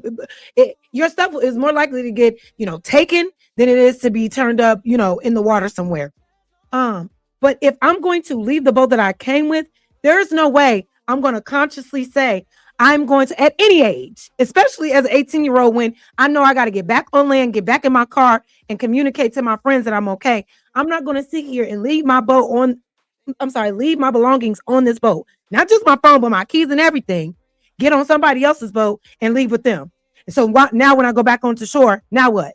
That makes no sense. The fact that they want us to believe that is really insulting. The fact that they want us to believe that he couldn't, all right, y'all, I'm going to even if he did decide, all right, y'all, I'm going to leave with so-and-so. Let me get my phone. Let me get my keys so I can put it on a boat. You mean to tell me he wasn't smart enough to do that? Which we already know that he was. But this whole idea that he just didn't want to get back on with us. He insisted on going back with this girl and he just left his stuff with us. And nobody on the boat decided to say, hey, friend, so-called friend, if you're not leaving with us, take your stuff. Because that's what we would do. Any normal person would do that. Well, if you got all your stuff off this boat, because we may not see you when we get back. The fact that that's even the story that they're going with is just like, I'm so over this shit. That's why I'm like, when are the arrests going to be made? Because everybody fucking lying. But let's get through this. I got another video to show you with Nancy Grace. Shout out to Witch Doctor for sending me that video. I definitely want to play that as well because it's some more information. But yeah, it's the constant lies. It's the constant gaslighting. And when we look at this interview with Warren and Officer Tatum, I mean, he's laying it on thick. And you could tell he's lying right through his bum-ass, yellow-ass teeth. Now, well, they got his phone, so they're trying to figure out there's deletions on the phone, and they're trying to look at what is that about. There's so many inconsistencies. Sunday, they go looking for him. They don't find him. Monday, he just magically washes up, but he wasn't waterlogged, which means he wasn't in waterlogged. So it's like his body was put there, okay? So understand this, when they went to identify the body, they had to use dental records to identify Nolan Wells' body because he wasn't able to be identified visibly. Why? What prevented? Now, that part is also interesting, the dental records needing to be used to identify his body, because I have yet to hear Ben Crump confirm that at all. I don't know where that rumor came from exactly, but I would assume that Ben Crump would actually say that during the press conference explaining the autopsy reports. He didn't ever explain that. So I'm not even totally for sure how valid that allegation is. I'm really not. Visual identification. He was bruised and battered and beaten. We still don't have that autopsy, which was due yesterday, which means it's now over. However, those girls, because she said his body was bruised and battered and beaten. Thank you. His body was bruised up. The back of his head was bruised up. So that's kind of in alignment with what those girls were saying. If the back of his head could be bruised up, then his whole body could possibly be bruised up, in my opinion. So that story sounds more plausible than the teeth option. Nobody else is saying that, but people on social media. Why is that? See, the question still being asked as of today, why do witness accounts appear to conflict regarding Nolan's final moments? Why are there such conflicts? What conclusions will the investigations ultimately reach at the review? Thank you for being here, Classic. You have been doing your thing on your streams, keeping me abreast of on everything that's going on, keeping me in the know. So I really appreciate you. Chi-Town in the building. Thank you so much for being here. Make sure you hit the like for me, friend. I appreciate you. But let's continue. All available evidence. What, if anything, will the independent autopsy add to the investigation? Will it confirm the original findings? Will it identify additional? And that's the messed up part. The independent autopsy is not going to add to the investigation because it gave us nothing. It told us nothing. It shouldn't have even been concluded. It shouldn't have even been no press conference this week because we can't even complete this autopsy until we get our shit from the state. Period. It's not going to help, unfortunately. No information. Or will both examinations ultimately reach the same conclusion? At this stage, we simply don't know. The importance of evidence. One lesson repeated throughout history is that difficult questions deserve careful answers. Public confidence in an investigation grows when people believe every credible lead has been examined. That includes witness interviews, digital evidence, forensic examinations, and when appropriate, independent medical reviews. Seeking transparency should never be mistaken for assuming guilt, nor should asking questions be confused with reaching conclusions before evidence is complete. Whether the independent autopsy concludes the original findings or raises additional questions, one thing remains true. Nolan Wells' family deserves answers. The public deserves confidence that the investigation follow the evidence to wherever it leads. And every person involved deserves fairness until the facts are fully established. Exactly. Thank you so much for that. We appreciate you. I'm going to play one more video for y'all real quick because this one is a little more comical, but it has a little more information on this damn medical examiner, right? And gives like a better view on how many bodies that she has fucked around with and how they have never been ruled a homicide. So shout out to this creator, Woo Baby. She's one of my favorites on Instagram, and she stays in the know of all this information as well. So I'm going to play this real quick and then we're going to move on. Mississippi has never ruled mysterious black deaths as a homicide. Are you talking about her? You talking about Fatty Damn Patty? You talking about Turkey Neck Tiffany? Of course she wouldn't. Because her father and her granddaddy and her granddaddy before their granddaddy were probably Klansmen. They probably right now still mask up and hang folks, burn crosses in people's yards, all right? That's where this girl right here come from. You can tell by the collar on her shirt. One thing about it, God sees all. Yes, the same God that y'all think hates us, he sees it all, baby. No matter what you believe in religiously, I hope you all understand that for every action, there's a reaction. And in every belief, there's karma. You reap what you sow, baby girl. You put it in that dirt, you're going to get whatever comes out that dirt. This what you put in the dirt, baby. Look at that. That's 4 bodies, 4 black bodies. Recent, right? These aren't from like years ago. These are all very recent mysterious deaths of specifically black bodies. Never been ruled a homicide. All ruled as accidental. All ruled as we don't know what happened. But you can't say the same because there was another white boy, right? There was a whole investigation on a white boy that drowned. Whole investigation on a white girl, mysteriously become unalived. No investigation for these black bodies, though. That medical examiner need to go to fucking jail. And after she go to jail, she need to go straight to hell. And then come back and live the rest of her life in jail. Amen. But let's move on to this video really quickly. I love me some Nancy Grace. And then this one is very recent. I think this is the one that she put out about 17 hours ago. I want y'all to get into this with me because Nancy has different people involved different examiners that are on the case as well. And you know, when Nancy Grace, when she got that wig all, you know, disheveled, that means she's on the case. All right. That means she's on the motherfucking case. And that means she's not going to stop until she cracks this case right open. You know, God willing, you know. But then at the same time, it's like, is everybody in cahoots? You know what I mean? It's like, I want justice to be served, but I feel like even the media, I feel like everybody is playing with us because of what's being allowed to be said in the media. No foul play, right? We want peace. We don't want violence. We want justice and all this and that. It's like, it's the setup to ease and soften the blow of the disappointment that may be the outcome of this case. That's what it's given to me. But let's see what Nancy had to say about it, because she ain't going for nothing. Never have, never will. But let's see what her findings were in regards to this case. Tonight, in the tragic death of a young man, Nolan Wells. In the last hours, we learn the contents of a second independent autopsy on Nolan's body. Good evening. I'm Nancy Grace. This is Crime Stories. I want to thank you for being with us.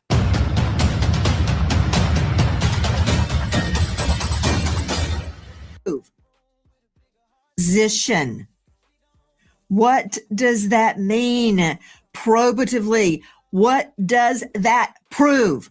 Joining me, an all-star panel to make sense of what we are learning tonight. That was an independent autopsy ordered by Nolan Wells's family.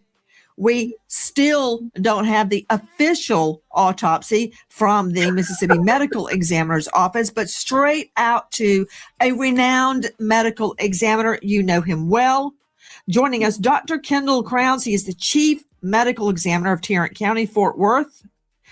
Literally thousands and thousands and thousands of autopsies under his belt. He is the esteemed Nancy, you know what else? Since you got this medical examiner from Mickey Ficky, Florida, like you just said, pull up on the medical examiner in Mississippi. We need her on your panel. That's who I want to see you questioning. I love that we can get information for other medical examiners, but I need somebody to hold this lady's feet to the fire down there in Mississippi. I need somebody to be bold enough to get her to answer some motherfucking questions, baby, because it ain't adding up. A lecturer at the Burnett School of Medicine at TCU. I don't have to explain to you what it takes to become not just a medical examiner, but the chief medical examiner in a metropolitan area like Fort Worth. All that aside, COD, MOD, undetermined. But what jumped out at me, among so many things, Dr. Kendall Crowns, what does he mean about the red discoloration in the deep, soft tissues overlaying the occipital bones? What is that? Translate. So what that is the occipital bone is the bone this is your skull. It's the bone in the back of your head, the directly back side of your head. So when he's describing these hemorrhages in the deep, soft tissues, it means deep in the musculature that holds your head in place, there is a red discoloration. What could this be? It could be settling of the blood from decomposition or from lividity, cooling of the blood. The body has been kind of put on its back and transported to Washington, D.C.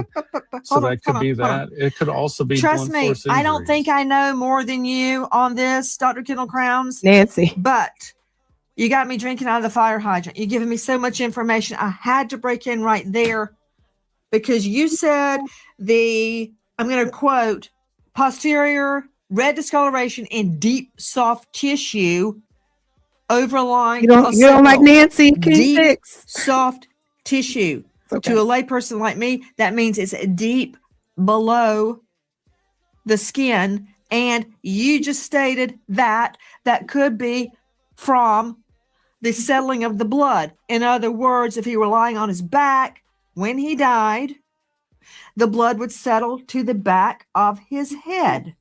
But isn't it true to you, Brian Trasher, Vice President, United Cajun Navy, The Navy participated in the search, and I got to clear up that whole thing about fully clothed with you. That said, isn't it true? And I'm looking at the picture on my phone that I got from an undisclosed source. I'm looking at Nolan's body on the beach. We are not showing it. He's face down, isn't he? Yes, that's correct. Yeah, he was when we flew Okay, I'm over. going to come back to you about the clothing. Yeah. What? Repeat. No, I said when we observed him from the air, yeah, he was face down and he was wearing swim trunks and only swim trunks. I think that the term fully clothed just got taken out of context. Well, when you look at the body from high up, it appears at first like he had on a shirt with swim trunks, but he does not have on a shirt. He only has on swim trunks. That's a whole peripheral issue. But back to Dr. Kendall Crowns. So, Dr. Kendall Crowns, you may have an explanation for this. I've already thought of one, and I'm not a medical examiner, but I don't see how the deep red, I'm talking about, was there a blow to the back of the head? Did he fall off a boat? Yes, there was definitely, it was either a blow to the back of the head or he fell backwards hard on some type of surface that gave him that. And not because he fell because he was drunk or he fell for any other reason. It was because they did that to that boy. Did he hit his head on something else? If it turns out he drowned, how did he get in the water? Why was he in the water? Why did everybody leave him? Lots of questions tonight. But if he was found face down, the blood would not have settled to the back of his occipital. Well, that's correct at the initial autopsy, but he was also transported to Washington, D.C. on his back, I assume, not on his face. And so after death, you can still have pooling of the blood in the dependent areas if the lividity is not fixed. Or even if it is fixed, you can have pooling. So it is difficult to say without seeing the actual reddened area in the deep soft tissue, whether this is just a decompositional artifact or if it's indeed blunt force trauma. Now, they're not describing any injuries to the skin surface, which would still be there if he was, even if he's decomposed, you would still see injuries, abrasions, bruises, lacerations, things of that nature, even with decomposition. So it's difficult to give significance to this deep red area in the musculature of the deep soft tissues of the back of the head without further photographs or more information. To me, could it be blunt force trauma? Yes. Could it be a decompositional artifact? Yes. Could it be something from transport? Yes. Hard to say at this point. Okay, hold on. Let me just take each one of those. And the rest of the panel, please, if you've got a question or a point, jump in. We need all of your brain power. Oh, that's an open invitation to Mobley to jump in. But three things you said, that there could still be pooling of the blood. And I don't want to be too DEFCON 4 into this and get lost in the weeds, but Nolan is dead. He's already been autopsied. Days have passed, and you're telling me that the blood could still sift down from the front of his face to the back of his neck in one specific area. Why wasn't it pulling all the way down his neck? Or why just that one area? I don't believe that when you have been deceased that long, you've already undergone autopsy, they've drained the blood from your body, that somehow in the few hours of transport, you're going to get pooling of the blood to one area in the back of your neck. So first off, it's not a few hours of transport. It's from whenever the autopsy ended. He's placed on his back. Whenever he's picked up at the scene, he's been placed on his back. So all that comes into play. They don't drain all the blood from the body at autopsy. There's still blood in the body after autopsy. And also, decomposition causes the breakdown of tissues, including musculature, which can give a reddish decoloration from the actual decomposition process of the muscle. So all these have to be considered when you're saying a reddened area, because the doctor didn't call it hemorrhage, which is interesting to me. He called it a reddened area. So I don't know what he's describing. I would love to see pictures. But again, there's no description of a bruise or an abrasion or a laceration on the skin surface of the back of the head. So what the significance of this is? Could it be a decompositional change? Could it be something else like blunt force injury? It's hard to say at this point in time. I find it very difficult to believe, Dr. Kendall Crowns, that not one, but two medical examiners cannot figure out why he had deep red.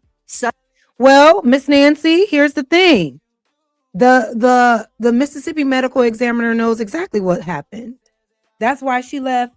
That's why she left that part. That's why they left that part of the autopsy report up from the state out. When the second medical examiner got the information, quote unquote, there were no notes on the abrasions and the redness on the back of his head. We don't have any answers from both of these medical examiners because they're hiding something. And that's why I'm saying, like, just say what it is. Like, just say what it is. Somebody's hiding something there are some nefarious things at play here because nobody is giving a clear explanation on things. I'm gonna let this video play a little bit more and then we're gonna move on to the interview. Subcutaneous markings. Subcutaneous, what is that? Deep subcutaneous, what is that? It's underneath the skin, meaning in the fat or the muscle underneath the skin. Okay. Straight out to John Mobley joining me out of Charleston. He's a renowned trial attorney, founded John Mobley Law Firm. Okay, Mobley, have at it. Well, Nancy, I got to call it like I see it. There are a lot of things that I don't like about this presentation. I think that the first problem I see is they put out this autopsy and they kind of gave you a lot of sizzle. They gave a big dog and pony show, but they didn't really make it clear on the findings and conclusions and how they could be interpreted. And I think that's kind of the problem with this case. They put all this stuff out there, all these legal terms, all this, forensic jargon, and now everybody whipped up in a frenzy trying to understand what it means, speculating, guessing. And the reality is, unless you're an expert, a forensic expert, none of us are qualified to interpret those findings. Now, I've been involved in countless homicide cases where I've had to look at forensic autopsies and discuss the findings with experts. And that's what you have to do. And ultimately what it comes down to is they put this thing out there, this preliminary autopsy finding, and they did not present any real conclusions. And that is a problem. And to address your specific concern, Nancy, about Put up Mobley. Listen, I'm not vouching for the character of Crump or Sharpton. That said, of course, are you saying they were wrong not to put it out there? I think they were right to put it out there, whether it's inconclusive or not. The manner in which they presented what do you mean by that? He just sat there and read it. And number one, I don't think he was the best person to read it. He's just kind of reading off medical. Oh, I like this guy. He just sat there and read it. Wasn't the best person to read it. I agree. Terms that he didn't do the best job of pronouncing, and they didn't really present a conclusive finding. And what that does is, well, there is no conclusive finding, Mobley. Well, he could have said that, because what he does, though, in the manner which is presented, when you take a case like this, you take little bits and pieces and put them out there in that manner, what you're doing is you're feeding these conspiracy theories like, oh my God, there's some big mystery, some conspiracy about what happened, regarding saying, hey, here's the deal. In situations like this, based on the rate of decomposition, things like that. Don't you get it, man? We still don't have the answer. I don't have the answer. He's got a red mark deep in subcutaneous tissue on the back of his head. Wait, here's the problem.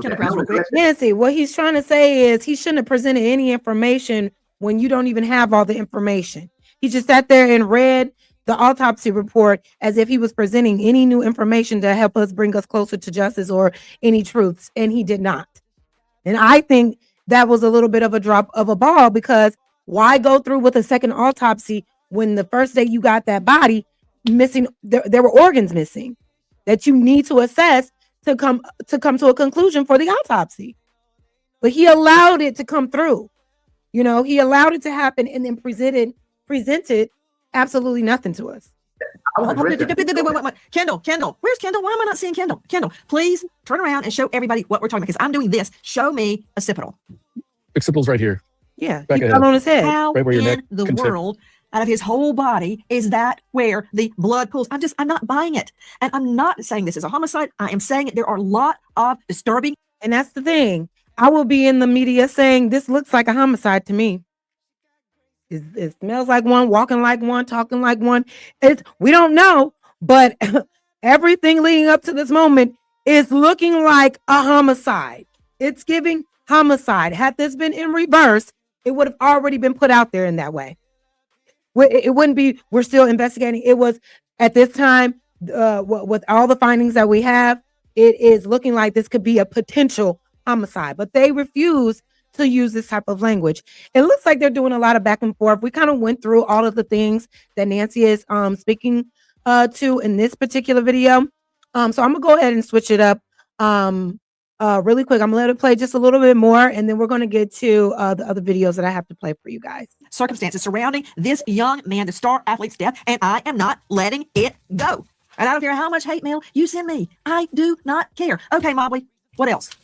What I want to state is that, and this is based on my experience being involved in numerous homicides, having examined numerous autopsies and discussed the case and the findings with numerous forensic pathologists. When you have a body, a human individual, okay, that person has experienced trauma and physical trauma in various aspects of their life. They just had a picture of him being wearing a football uniform. He can sustain injuries playing football in practice, horse around with his friends. So, a person can die and have different injuries that pre-existed the date of the death that are completely unrelated to the death, but they are there on the body because they're a live, active individual. And that's the whole point about your fixation on the injury to the back of the head. I'm not saying that it was necessarily predated the injury, but there's got to be some medical evidence to tie it to his death, and there is not, because they can't do that. They cannot date that injury.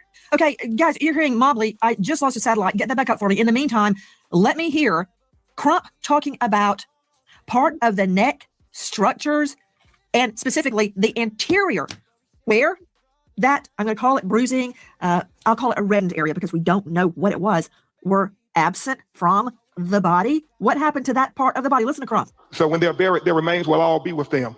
But in this occasion, if Okay, so we went through it. So yeah, like I said, Nancy was just recapping, but what we heard from that lawyer, from that trial lawyer and from that doctor that was just speaking, we got a little bit more in-depth details on what could have caused the bruising on the back of his head.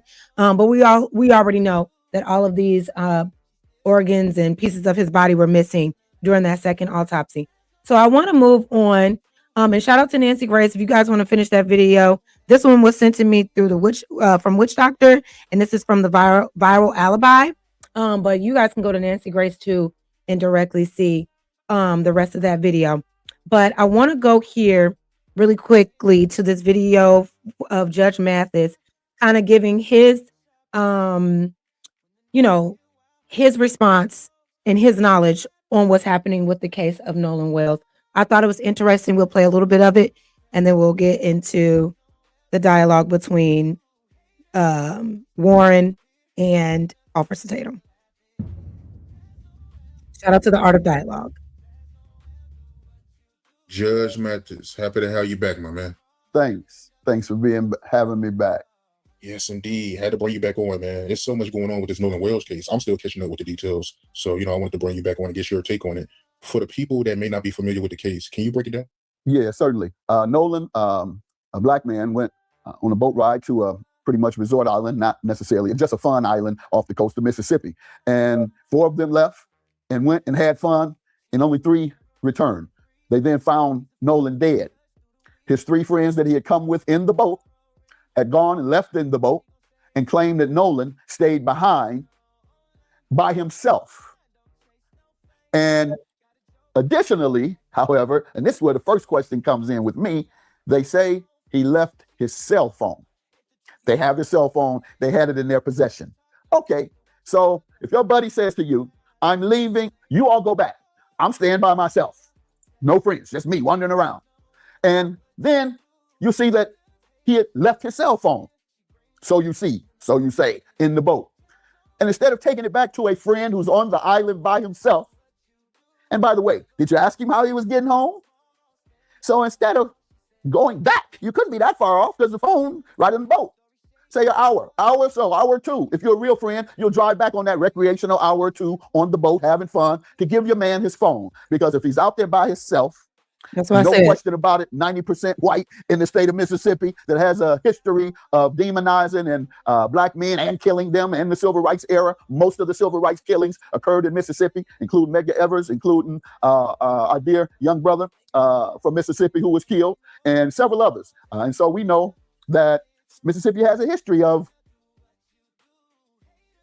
demonizing and marginalizing black men. And so the question became, what is the investigation going to be? Well, the police immediately accepted the version of the 3 young men that returned. Now, here you are, you're supposed to be the police.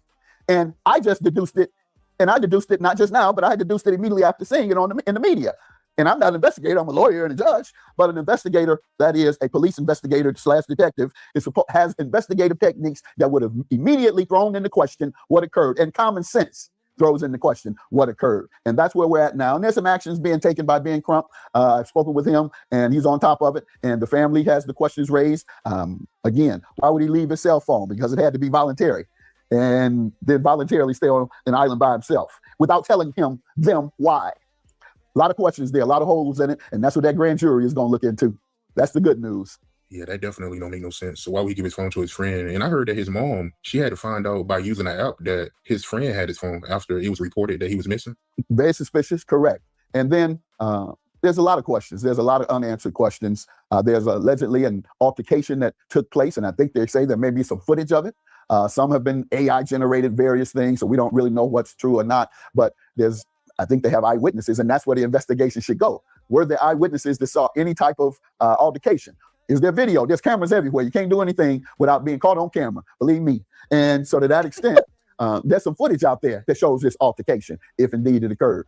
And so the grand jury, they are impaneled when there's a reasonable suspicion that something may have occurred. So that's good news. There's a reasonable suspicion that a crime has been committed. When you go to the grand jury, the prosecutor presents all the evidence that they have to explain to the grand jury the case they're looking into. And 90% of the time, over 90% of the time, the prosecutor comes back with an indictment because grand juries only hear one side.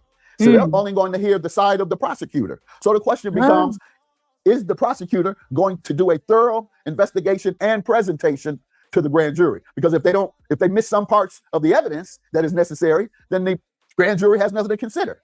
But that is exactly what I wanted to hear, because I was very confused on why we need a grand jury before we have any real evidence, any real witness statements, anything. We have nothing. We have nothing. You know, July is about to be over next week, and we still have no real answers. So he just said that when you get the grand jury involved, the prosecutor presents all of the evidence. So he's hoping that the prosecutor is going to present all of the findings thus far, which is deleted social media accounts immediately after they found out he was missing, weird ass calls to that tow company claiming that they needed help with their boat. They were getting, their boat was sinking. They needed a tow, but also the tow people saying, actually, they did give us a call, but we got a call back saying they didn't need us anymore. So they actually never got towed back. They actually never needed that help, right? That's evidence. Then the evidence of the body after the fact, the keys, the phone, all of the things that turned up mysteriously after the fact, right? And then also questioning why none of his friends or anybody else have spoken to the police about anything. Is the prosecutor going to do their due diligence? So now it's on the prosecutor. So now we need to find out who is the prosecutor that's going to present whatever evidence, because it sounds like to me, it's not enough evidence thus far for them to present anything to a grand jury to come to any conclusion. It's a good thing what he said of the fact that the grand jury only listens to what the prosecutor presents to them. What is the prosecutor going to present, and how can we find out? I need to know who this prosecutor is, or who it's planning to be. That would be interesting to find out. I'm glad that he said that. Let's keep going. if, as it has been in most cases, it goes where the grand jury charge has been made, it's going to go to an indictment. And then all evidence will be seen on all sides. What I don't like about grand juries is if the defense don't get a chance to present their case to the grand jury. It's only the prosecutor. Prosecutor says, we have this, that, and the other evidence against talking, brings people in to interview them during the grand jury process, and then they determine whether there's probable cause to believe that a crime was committed. Probable cause means more likely than not. Reasonable suspicion means there may have been a crime, and so we have to look into it. Probable cause means we believe there was a crime, more likely than not. So that's where we're at with it. And correct me if I'm wrong, but Nolan's mom, she said that his phone was scrubbed, right? Yes. The mother said that some of the things on his phone had been removed. And I don't know what evidence they have of that, but she's not saying anything to jeopardize the truth in this case. And so everything she says, I'm going to take her at her word. She has no reason to. So I'm hoping that prosecutor presents that phone evidence. Hey, grand jury, when we found Nolan Wells' phone, all of his information, all of his photos, everything, text messages from that day had been deleted, which is unusual for Nolan because he was always in his phone. He was always taking pictures. He was always doing Snapchats, according to his mother, right? So is this prosecutor going to present all of this evidence? Because right now, that's all we got. Trump up anything. She wants to get to the bottom of this and who killed her son. I don't believe he drowned. I believe he was killed. Come on, Judge Matthews. But I'm a judge that has to weigh all the evidence. Preliminary. I will be saying that the whole time. I will be saying that the whole time. If I was his mom, she don't want to say anything that can mess anything up, well, then prove me wrong. I believe y'all killed him. I believe somebody killed him. And if it wasn't y'all, prove it. Prove me wrong. If you want me to shut up saying that, then prove me otherwise. But the fact that they've all been silent, except for this one, we're about to get into it. I hope that prosecutor is examining all of the things that have come out since Nolan's death. Because if not, it's over with. It's over with. The case is closed. That's what I see. You don't leave your friend on an island, seeing that he has left his phone, and not at least go back. You came there with him. You left him there, you say, because he wanted to stay. But you notice that he's left his phone. How was he going to get home in the first place? Wouldn't he need his phone in order to call his transportation? Or They should have known some of that. He would have said, I'm going to get home by such and such way. When you, hey man, I'm not coming. Y'all go ahead. I got a young lady. Okay, man. Is she gonna bring you home? How you gonna get home? You don't ask any of those questions? Not me and Judge Mathis saying the same exact thing. You guys, I wanted to just play this video just so we can get that little tidbit, that soundbite of how the prosecution and how the grand jury is going to work as it pertains to this case. Hopefully, because we're hoping. All we got is hope at this point, right? All we got is hope. So if y'all want to finish that video, make sure y'all go check out The Art of Dialogue. Now let's get into the main motherfucking show, okay? Let's go ahead and get into the main event. And that is this damn Officer Tatum interview. Now, I know some of y'all know Officer Tatum, but if you don't, he is a former police officer from back in the day. He's not an active police officer anymore, but now he goes online. He's very anti-black. He's very much so a coon. He very much so is a bootlicker. Very much so loves massa ass black man. Okay, waste of a black man, if you ask me. And he took it upon himself to fly down to Mississippi and not engage with the family of the deceased, right? But go and to try to exonerate and to try to make claims that, mind you, not Ben Crump, not Nolan Wells' parents, nobody has even put those boys that were with him on trial yet. None of them have been accused of any wrongdoing, not by the family. The only people that's been accusing Nolan's friends are the people watching this whole thing play out. We're the ones that saying them boys got something to do with it. The family, none of them has ever said anything. We're saying it because it's clear as day.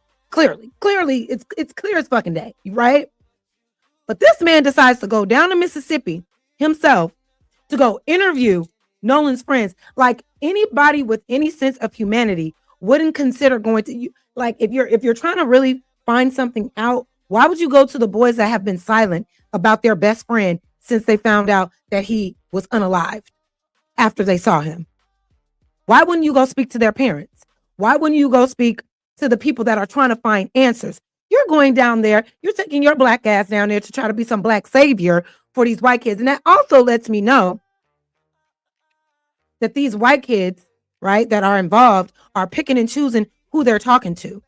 You don't want to talk to anybody else, but you're going to go over to Officer Nolan. So that lets me know their parents and any legal advice that they've given, they felt safe enough for these kids to go and speak to Officer Tatum about any and everything because they knew Officer Tatum is going to take it easy on them. He's not going to question them. He's not going to hold them accountable. He's going to paint the picture like, see, guys, they didn't do anything. Y'all wrong for making it seem like that. Shut the fuck up. So we're going to get into it. I want to play the first video that I saw because I really don't get into Officer Tatum. He gets on my last nerves, child. He gets on my last fucking nerves. I ain't never, there's some coons out here, but this is a coon on another level. This is a coon on another level. So I want to show you the video, the first video that I saw of what's his name? Is this it? The boys are going to explain to me. Not this one. Of when he first got to Mississippi. This infamous picture. Hey, hold on. Let me find it real quick. Sorry about that. What was this infamous picture? Because that was the one that I have found. And I was like, why is he involving himself in this situation? Let me see. What's going on? This infamous picture that I've seen. Wait a minute, something's happening here. Make sure y'all like the video, please. I'm just trying to find what I'm looking for.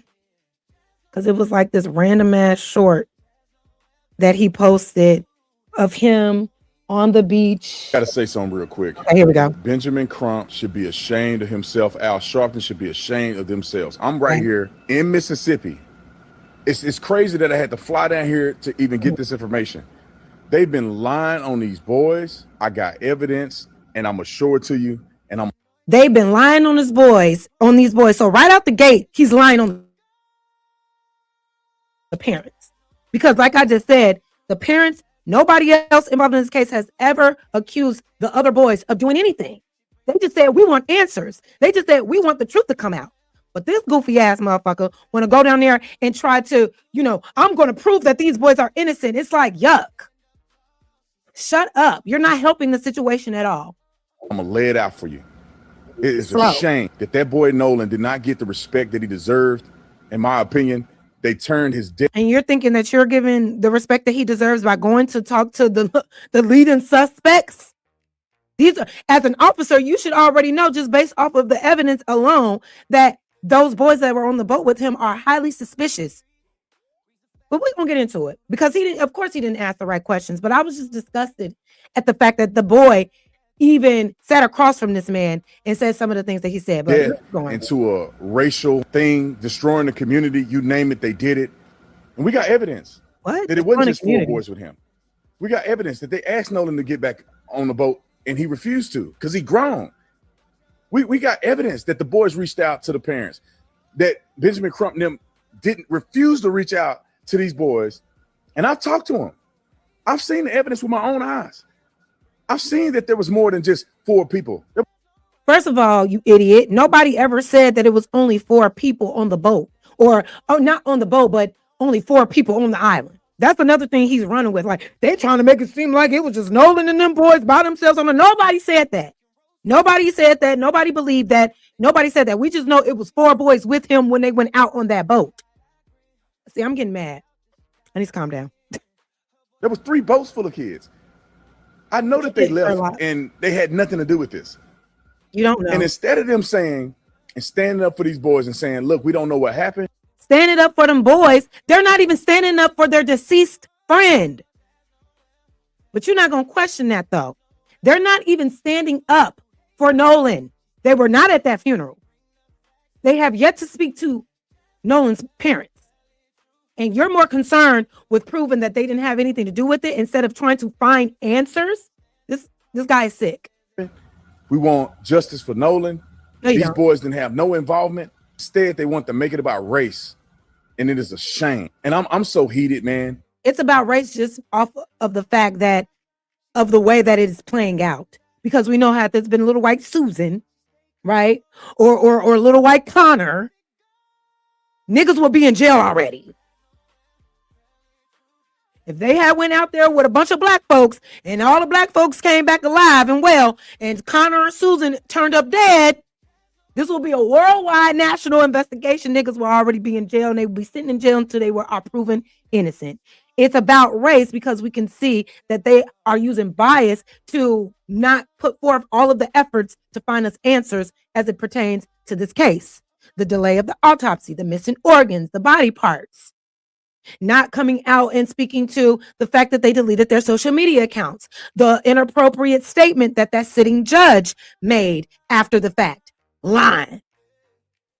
You're not here to help. You're here to cause hell, which is what you always do, but okay. I went out to Horn Island. We got all the video. We got the interviews. The boys wanted to talk to me because I'm the only one there to give them a voice because everybody else is fake, fraudulent, looking at. So I want to know, okay, because that was another thing that he's saying. This is the only outlet, because all in his comments, of course, you got other weirdos in his comments, mostly white, saying, thank you for giving these boys a voice. Thank you for giving them an opportunity to speak. Nobody else is doing it. No. Ain't nobody else doing it. They're not going to speak to anybody. Them motherfuckers went on TMZ, like them black boys that didn't have shit to do with any of this. Trayson and Jalen, who saw him sporadically and still didn't help anything, didn't give us any answers, nothing.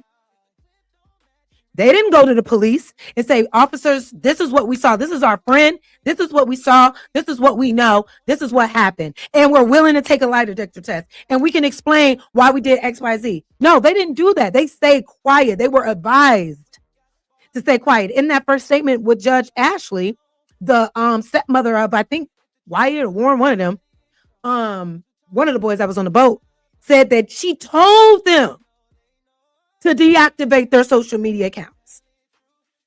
Told her family, that family told the other friends, and they all did it. So the fact that you coming up here saying, I got the evidence, I got the proof, you ain't got shit, nigga. Get your ass out of here. It's annoying. Out for themselves. And it's a shame, man. It's a shame. Nolan deserved better than what they did. They out here hoodwinking, trying to raise money, and make stuff about race, and they have no evidence. And you make stuff about race all the time. Shut the fuck up. Oh my God. His face is so punchable. Like just one good, right in the middle. Like he got one of them faces where you just want to. I digress. They lied about the phone getting deleted. It's a shame, man. But y'all finna find out. And they lied about that? How did they lie about that?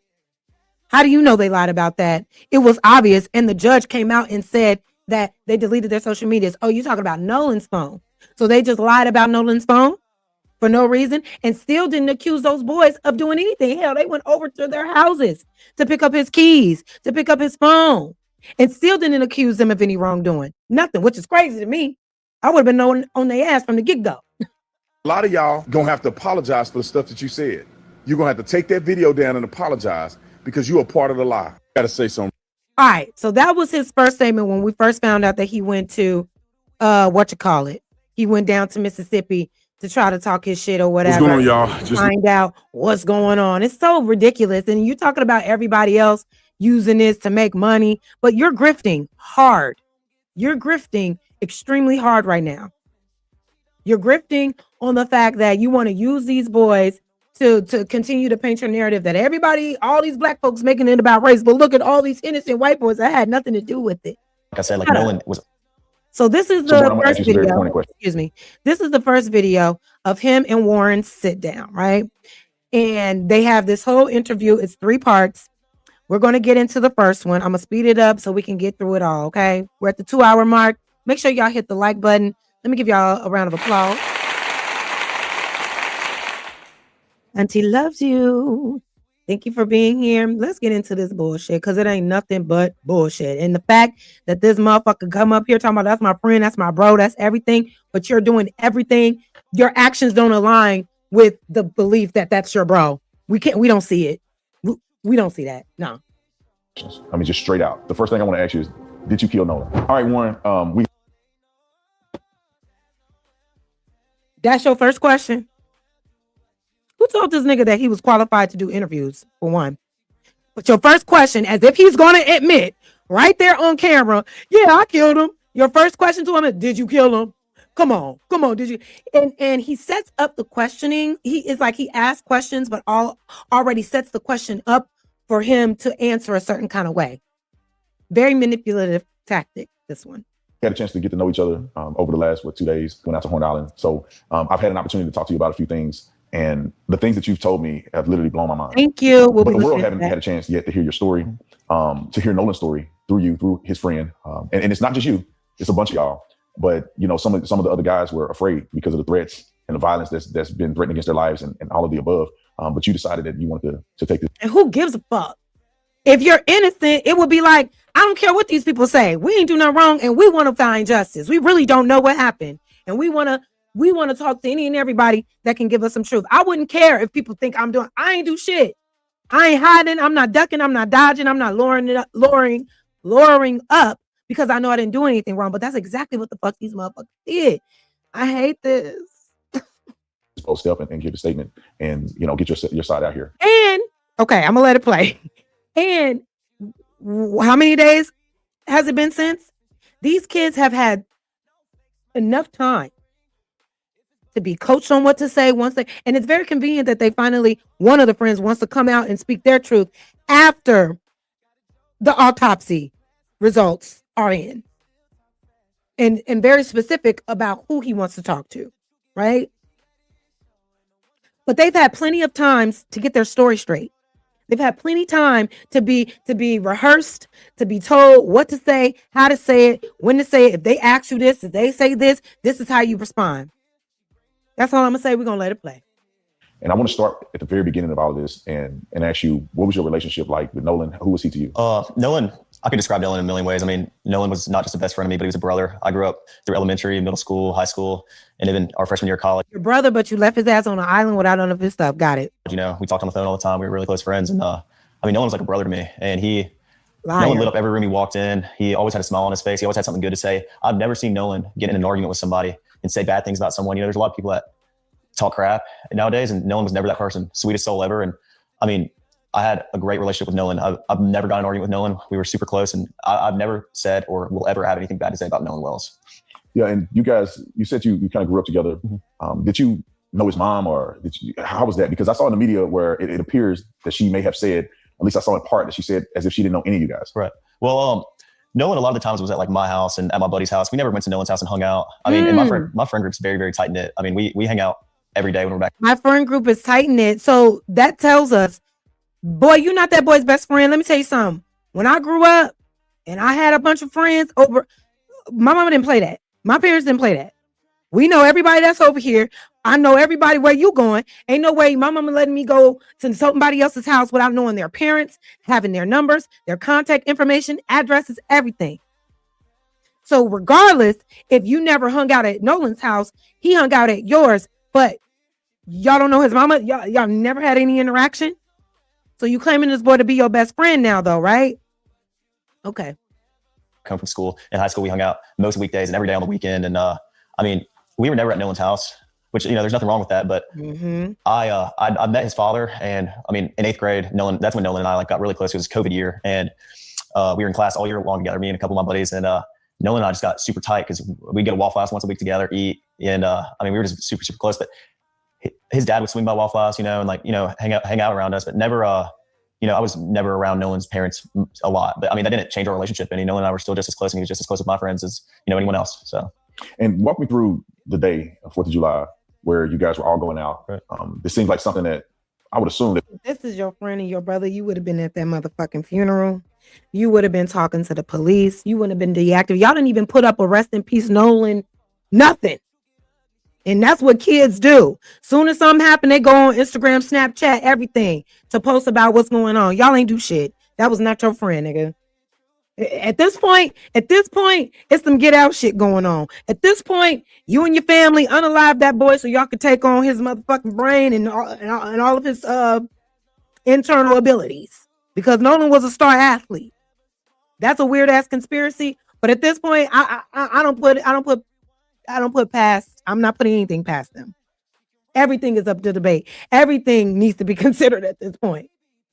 it may have occurred more than just this year. Yeah, was it something that you guys did more than just this year? It's a two-part question. I want to know, is it something that you guys typically did together, that you hang out often in this fashion? And then I want you to then walk me through 4th of July this year when the incident happened. Okay. You know, being from the Gulf Coast, there's a boating and fishing is very, very popular. The 4th of July, every year, my friends and I, or my family and I are out on the water. I mean, that's the one day is guaranteed everybody's going out. And that's a known thing. Everybody's trying to get a ride out to Horn Island, or, you know, people go to Ship Island, but most of everybody from Ocean Springs and the Gulf Coast go to Horn Island. And, you know, we went last year. Nolan was on the boat with me last year. And he was, I mean, this was a common thing. My friends go on the boat when we were home.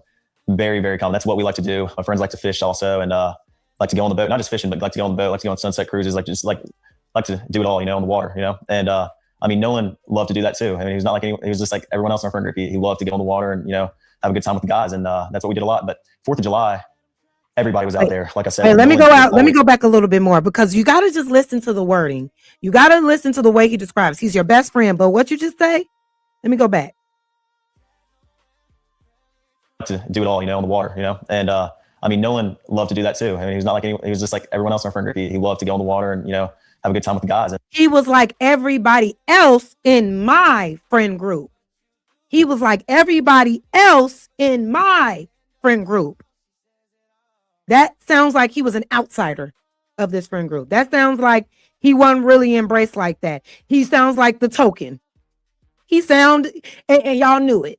He sounds like the black boy that just be around and y'all be hanging out with him from time to time. But to say that he's like everybody else in that lets me know there's a disconnect. Let's keep going. And that's what we did a lot. But 4th of July, everybody was out there. Like I said, like Nolan was always trying to go on the boat, trying to go out there with us. And Nolan was always trying to get on the boat, always trying to go out there with us. This your homie though. This your boy. This is gang. This your friend. This your bro. Why is he always trying to hang out with the bros? He should be automatically included, right? Okay. I'm listening though. He was always welcome to come. Nolan was always out there with us. And but started 4th of July, you know, my buddies and I had talked about this week's upcoming, you know, everybody's very, very excited for 4th of July from down here. Like it's a big thing. It's a big deal. Very, very big deal. And, I mean, I actually stayed with Nolan that night at my buddy's house, and Got I woke it. up Thank you for being here. my buddy's house, and we went to McDonald's, got food. Nolan was not with me. And, I went and got breakfast. I had my buddy's boat hooked up to my truck. And well, first I ran my house, then I went to McDonald's and came back, and, the boat was already hooked up to my truck. My buddy Wyatt and I went and with my buddies, and we went, filled the top of the boat off, loaded it down with ice, and just got everything ready. And Wyatt went and put his smaller boat in the water, which is the Palm Beach. He's an 18-foot Palm Beach. And I drove the boat from Fort Bayou Boat Launch to my buddy's grandparents' house. And that's where we all planned to meet up that day. And you say we all, who are you talking about? You, Nolan, or Nolan? And how many people are going to meet you guys there? we had roughly 20 to 30 people coming on 3 separate boats with us. And so we were all following each other out there as one big group. You know, it wasn't just me and Nolan and a couple of my buddies. There was 20 or 30 people spread out where we all met at the dock before, and then we departed to go to Horn Island. It wasn't just a couple of us. I mean, there were so many people, we had to split between 3 boats, and we all left and all got there at the same time. Yeah, I just want to make sure that's clear, because the statements that are out there made it appear that it was just you, Nolan, and probably 2 or 3 other guys, and y'all are the only ones that went out to this island. And that's statement where, bitch ass nigga? Statement where? Who made the statement that it was just Nolan and them, and they went out on the 4th of July on the line on the island by themselves, and it wasn't nobody. Nobody ever said that. So stop pushing the narrative like people are lying about the circumstances. Stop it. Stop it. That shit is really irritating me. If you're gonna do shit like this, goofy ass Tatum ass nigga, you need to be accurate and you need to be thorough in what the fuck you're talking about. Because nobody made a statement saying it was just them out on that island that day. No. Shut the fuck up. What you should be saying, like, who else was on there and has anybody else been talking to the police? What has the friend group done to remove themselves as persons of leading suspects? You know what I mean? Like, what are y'all doing to ensure that none of this comes back on you? They've done nothing but look like suspects thus far. Completely incorrect. I mean, Horn Island on the 4th of July is the most popular day to be on the water on, you know, throughout the entire Gulf Coast. I mean, everybody and their mom is on the water on 4th of July, you know? There's no telling. I mean, roughly probably 2 to 3, maybe even 4,000 people out there. There were boats lined up off the island. I mean, there was 3 rows of boats all the way until my vision ended, until I could see of people from, I mean, there was 1 row of boats, and then there was another row of boats, and then there was a 3rd row of boats. Yeah. I mean, there was people lined up all up and down the island to where, I mean, who knows? I mean, and that wasn't just, we were parked on the north side, on the west tip. It wasn't just there. I mean, there's tons of people packed out on the south side and on the east end and in the middle of the island. But just where we were, I mean, there was easily 1,000 people. It wasn't just us. Let's go back a little bit. I want to go back to you guys at the dock, getting on a boat. You're saying there's multiple people, probably 20 or 30 people getting on 3 boats. Right. What boat were you on, and what boat was Nolan on? Nolan was on Wyatt's 22 Triton. On the way out, I went with my buddy Bart, because we had a lot of friends from college coming down, and I called Bart that morning. I was like, "Hey man, can you take your boat out?" And he was like, "Yeah, well, my dad decided not to go, and I'll take the boat. And I'll take you and your friends." Of course, I mean, he's a buddy of mine. And so Bart pulled up at the dock, and I mean, I rode out there with Bart and a lot of the girls that go to college with my friends and I, and Nolan rode out on the Triton, and then we had a Palm Beach, 18 Palm Beach. There was 4 guys on that. There was like 8 people on the Triton, and then there was 8 or 9 people on the Triton, and then there was the rest of the group, which ranged from maybe 10 to 15 or 16 people. Oh my God, so many details. So many details. People on my buddy's tide line, which is 24 tide line. And so you guys get on, and I know a little bit more than the audience do, because we went out there a little earlier, because I wanted to see exactly what the drive was like, what the dock was like, how far it is out there. Of course. But I want you to tell, you know, the audience, like, what was this trip like? You know, how was the waters? You know, did you guys do anything in between the time you rode and the time you get to the island? Was it music? Is it like a big party? Like, what is that? Yeah, well, I mean, obviously music's blasting. It's 4th of July, man. I mean, you know, everybody's really excited. And I mean, we had a lot of people loaded down. So obviously our biggest, you know, we're just trying to make sure everybody, you know, gets out there safe. And so, I mean, on the way out there, it was pretty calm. I think it was blowing like 3 or 4 knots. I mean, the waters were clear. It was a great day to be on the water. Sunshine, not cloudy at all. And I mean, it was a great day to be out there on 4th of July. And so, I mean, we followed each other out, and I mean, it was calm. It was calm. On the way back, it was a little more rough, but it was not anything all my buddies' boats couldn't handle, or like, it wasn't like we were getting. On the way back, it was pretty rough, but nothing me about it. Okay. So if I'm hearing this correctly, there wasn't a captain, at least on his boat, is what it's sounding like.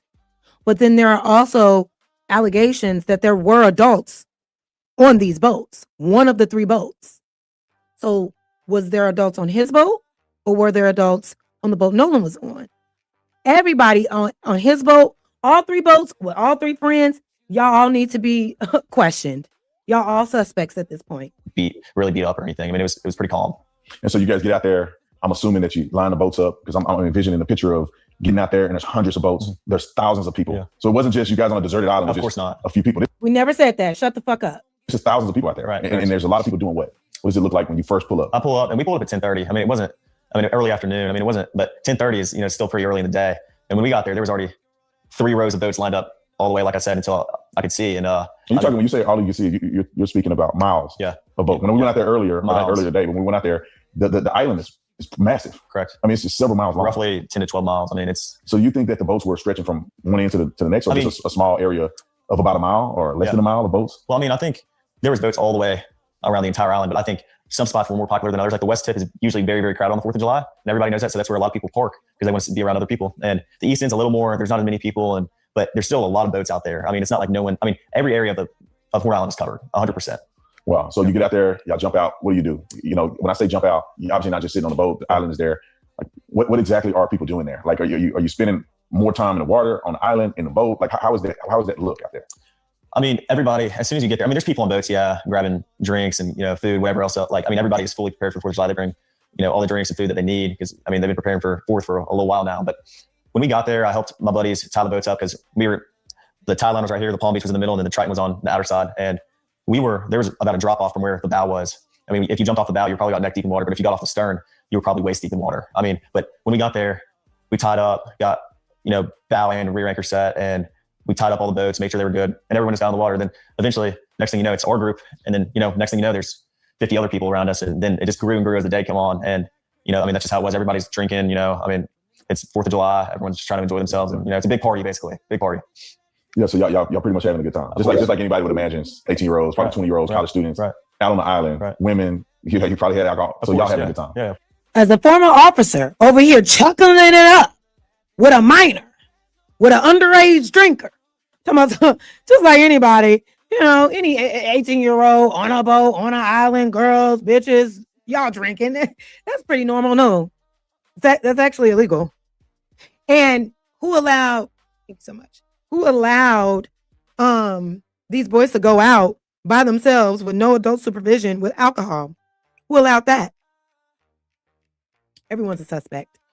But you over here he and hawing. But if this had been the other way around, this is the type of coon ass motherfucker that would have been like, and these black boys were on this boat drinking and drug. Oh, he would have used that and ran with it. It wouldn't have been, oh, they were just kids having a good time. No, that's why it's about race, because we know if this was the other way around, how you will respond.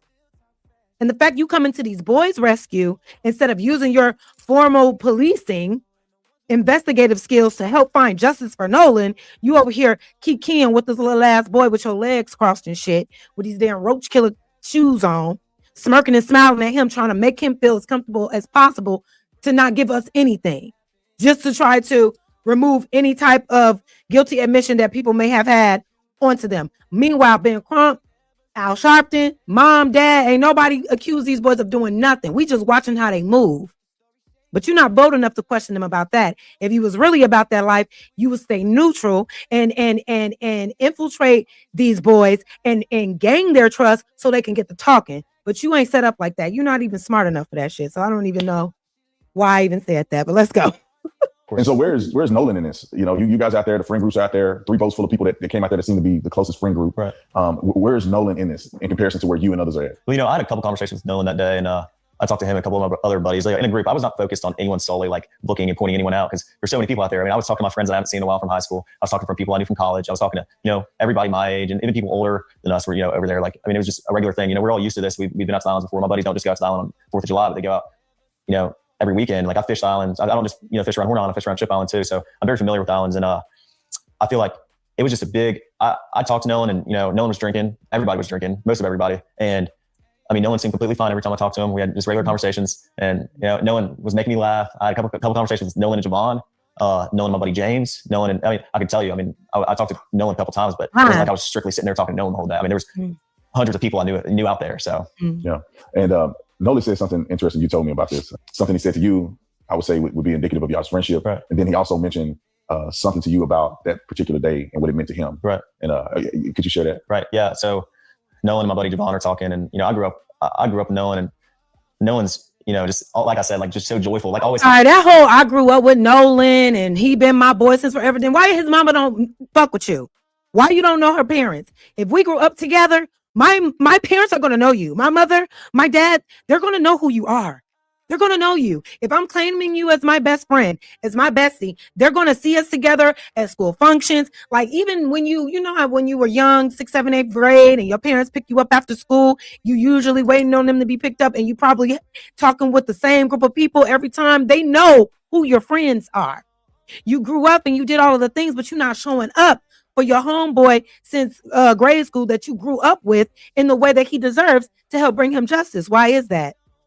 Why is that? This story that you're telling to this bogus ass Officer Tatum, did you say that to the authorities in Mississippi? No, because that bitch ass Judge Ashley, advised you not to. The play is right in our face. And I'm sorry, y'all. I think this is it. This is what they do down there. This is what they do everywhere. But down there in Mississippi, this is how they get down. They know what T's to cross and what I's to dot to make sure everything lines up so they don't get in trouble for the shit that they do. Because they still out there doing ritualistic lynchings, right? These are all just descendants of Klan members. Let's be fucking honest. Okay? He looks like this little boy Warren, he looked like he got a grand wizard ass grandpappy. He looked like that if you go to their grandfather's house right now, their grandparents' house right now, it's gonna be nigga artifacts. You know what I'm saying? A little black hair somewhere. You know what I mean? A little robe hung up in a closet. You know what I'm saying? Little pictures of Klan meetings with burned crosses. Karen fucking T. This is what they do. This is what they enjoy. This is how they get their rocks off. It's off the pain of Black people. It's very insidious. I need revenge. It's time to fight back. But there I go blabbering again. Let's continue. Happy. Like every picture I have with Nolan or picture I have of Nolan, he's smiling. I mean, like he's always happy. As long as he like shed a light, I'm calling Nolan, And Nolan and I laugh and joke a lot. Like that's how our friend group is. And the way you were describing him is like, this is my Black friend that's always happy. Every time I see Nolan, he's always smiling and making me laugh. That was my good little Black friend. That was my good little Black boy. Shut up. He's always laughing, making me laugh. Anytime I need to feel better, I'm going to call Nolan. Yeah, that's my good nigga right there. Shut. Auntie got to calm down. Really jokingly laugh. No one takes anything that serious. We enjoy our time together. I mean, there's never any awkwardness within our friend group. We're very, very tight. So if I ever need to get something off my chest or talk to anybody, I'm talking to all my friends. I'm not just talking to like specifically anybody. I would go out, like even if I'm having issues with something, I go talk to my group chat and my guys are there to, give me a hand anytime I need it. And all my guys are, all my buddies are the same exact way. Nolan was the same exact way. Oh, all my buddies, all my guys. Nolan was the same exact way. Nolan wasn't your friend, nigga. Nolan wasn't your friend. Was Nolan in the group chat? It seemed like Nolan was the token Black that was on the side. Y'all brought him around for shits and giggles. You know what I mean? For, they like to bring us in their environments, for speculation. Do a dance, nigga. Tell a joke, nigga. Shoot a hoop. Do that thing you do. Entertain us, nigga. Yeah. That's what it's giving. That is exactly what it's giving. This was the friend that y'all didn't consider a friend, but bring him around for entertainment purposes only. And part of that entertainment is torture.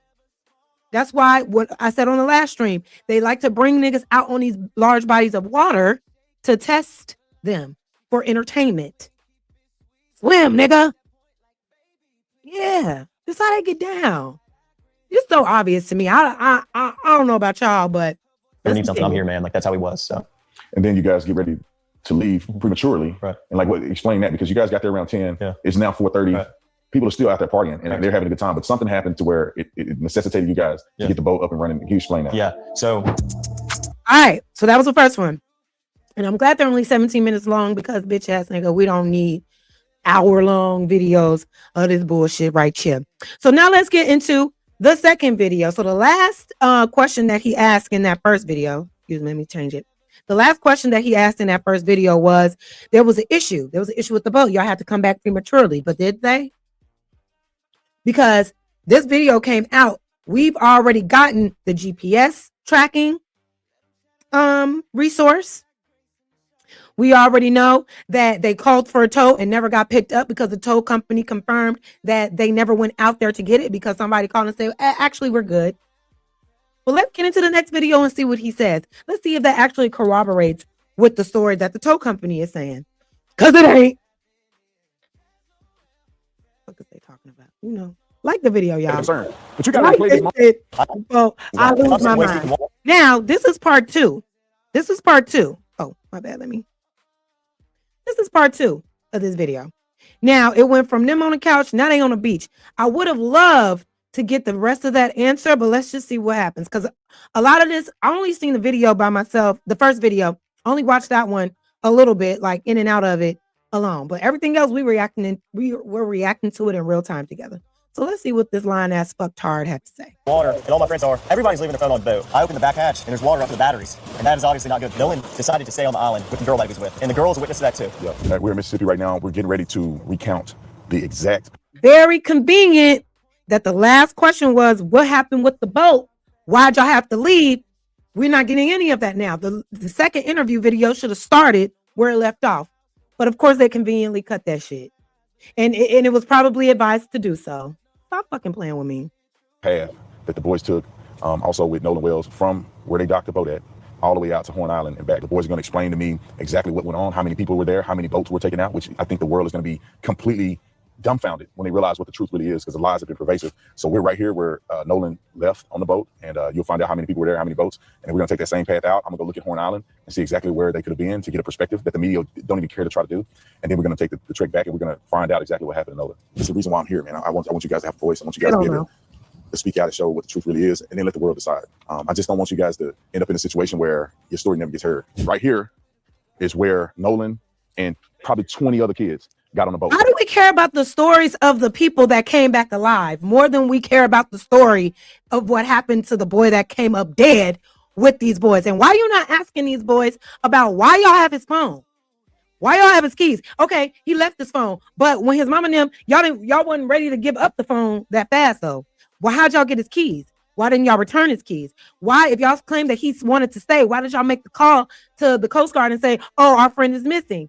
All of these questions that need answers, and your bitch ass is not asking any of them. You're more concerned of painting a positive, innocent picture of these white boys that lived through this instead of going out there to find justice for Nolan. You're showing your whole ass right now. Oh, it's not just Nolan and 3 other kids. That was a lie. That was a myth. I'm gonna prove that right here. Nobody said that. Nobody said that. Here's where the kids were docking. We're gonna show you a video that coincided. I'm gonna walk at the exact angle that the video is being broadcast from, so you know that I'm exactly where I say I am. But the boys were here. Tons of people you'll see on the video is getting onto the boat, and they took 3 boats out. It wasn't just one. It wasn't just Nolan and 4 boys. It was a multitude of people on several different boats. And some of the boys that they're accusing weren't even on the boat that Nolan was on. But let me show you from the vantage point where I have the video to prove that I'm here where I say I am. And so right now, here's the angle that you're gonna see on the footage. It's just from probably that boat to, maybe about 30, 40 feet here to the right. And this is where the video is showing how many people were actually out there, actually getting on the boats. So therefore, it debunks very clearly that it was only Nolan and 4 boys going out. Shut the fuck. I need to calm down.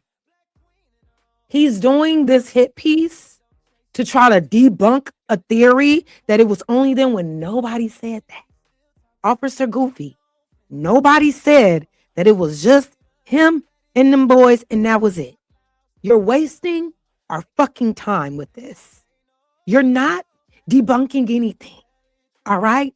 You're actually making this case a lot worse. Out here to Horn Island.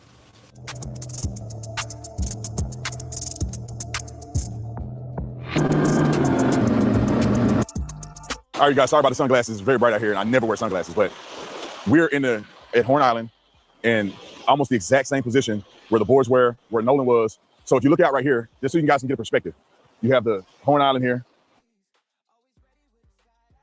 But I want you guys to put this in your mind, what this was like on day. You have boats 2, 3, 4 deep from way down all the way through here. You have thousands of people on this island, probably 2,000 people. So this wasn't some abandoned, secluded island where nobody's at. Obviously, this is a Monday. Why do you keep saying that? On the backside of the island, not a lot of people here. But on 4th of July, this is a celebration. And so this wasn't a small place where 4 boys took their black friend and dropped them off and never seen them again. This place was flooded with people. Tons of people, multiple boats, multiple friend groups. I mean, everybody's here having a good time. And then the boat gets towed out because it was getting ready to sink. And so, and for what I was told, they told Nolan, get on the boat, man, get on the boat, get on the freaking boat. And he decided, because he's an adult, that he was going to stay behind. And all the boys that they've been accusing, and they saying it had something to do with his death, they were all gone at 4:30. Nobody, and that's the gag. Nobody accused these boys of having anything to do with his death. At least not his parents, not anybody. And they can't do that, right? It's us that are speculating this. Why are you so concerned about people that weren't there, that are just speculating and just offering our own opinions based on what we see? Why are you more concerned of saying, stop saying that, stop doing that, stop saying that? What are you really concerned about? Gone. And they told Nolan to get on the boat. He didn't. And then there was a report of somebody seeing Nolan around 6. It's a very convenient lie. I do believe that that's a lie in itself. I do believe that that boy, who his father had told him multiple times, we don't do that. When we go somewhere with somebody, we leave with somebody. We don't leave our phones. His father said that that's how he taught him. And all of a sudden, because of some little white bitch, allegedly, he just wanted to stay and leave all of his shit. He wanted to say, we don't, and that's why I hate when people speak for the dead. He said, we don't know that. There's no proof of that. There's absolutely no proof. And according to this little white girl, Katie, yeah, we talked for about 3 minutes and then he went back on that damn boat. The boat that was allegedly sinking, right? Okay. 6:30-ish.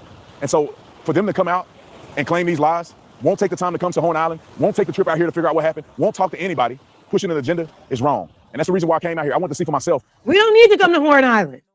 We don't need to come to Horn Island to figure this out. Because you're on Horn Island right now and you still don't know exactly what happened to Nolan. You're just there to exonerate them white boys. You're just there to kiss that white man ass. That's it. You've been paid. You're a coon. You're a snake. You're a liar. These white supremacist Klan members ass know that you are that type of nigga. Sambo ass, Uncle Ruckus ass. Black man that will go and speak on their behalf to try to make us say, see, I'm a black man. So if a black man is saying this, no. Enough is enough. You're not helping this case at all. It's really disgusting, truly. What did this look like? What could have happened? You know, does the stories line up based on what I've seen and what I've heard from people that live here that were involved in this situation? This is where the lies started. People were putting out on social media, knowing that they're lying, that this is what it was like on the day that Nolan and his friends came out here to Horn Island. And if it was 4 or 5 people and they came out here and Nolan was with them and maybe it was a few people out here. The genius. Hello? This dude has been, what? You already know. 2 weeks of media training at that. That judge got on this shit immediately. I bet you that Monday when we found out he was dead, they was sitting there, I can't talk. They lawyered up immediately and were already rehearsing their stories. It's clear as day. The way he's sitting there and making sure he's being super aware of what's coming out of his mouth instead of just naturally letting it flow. Trained as fuck. You can't hide. You can't hide. Here, like it is today, and Nolan came up missing, then maybe it would be suspicious. But they didn't take the time to give context to the people because they're evil and they're liars. So if it was like that right now, when it's well, what do you think you're doing? Let me stop stopping it. I'm sorry. Situation happened, I can see how people had a concern. But you got to replay this moment with thousands of people here.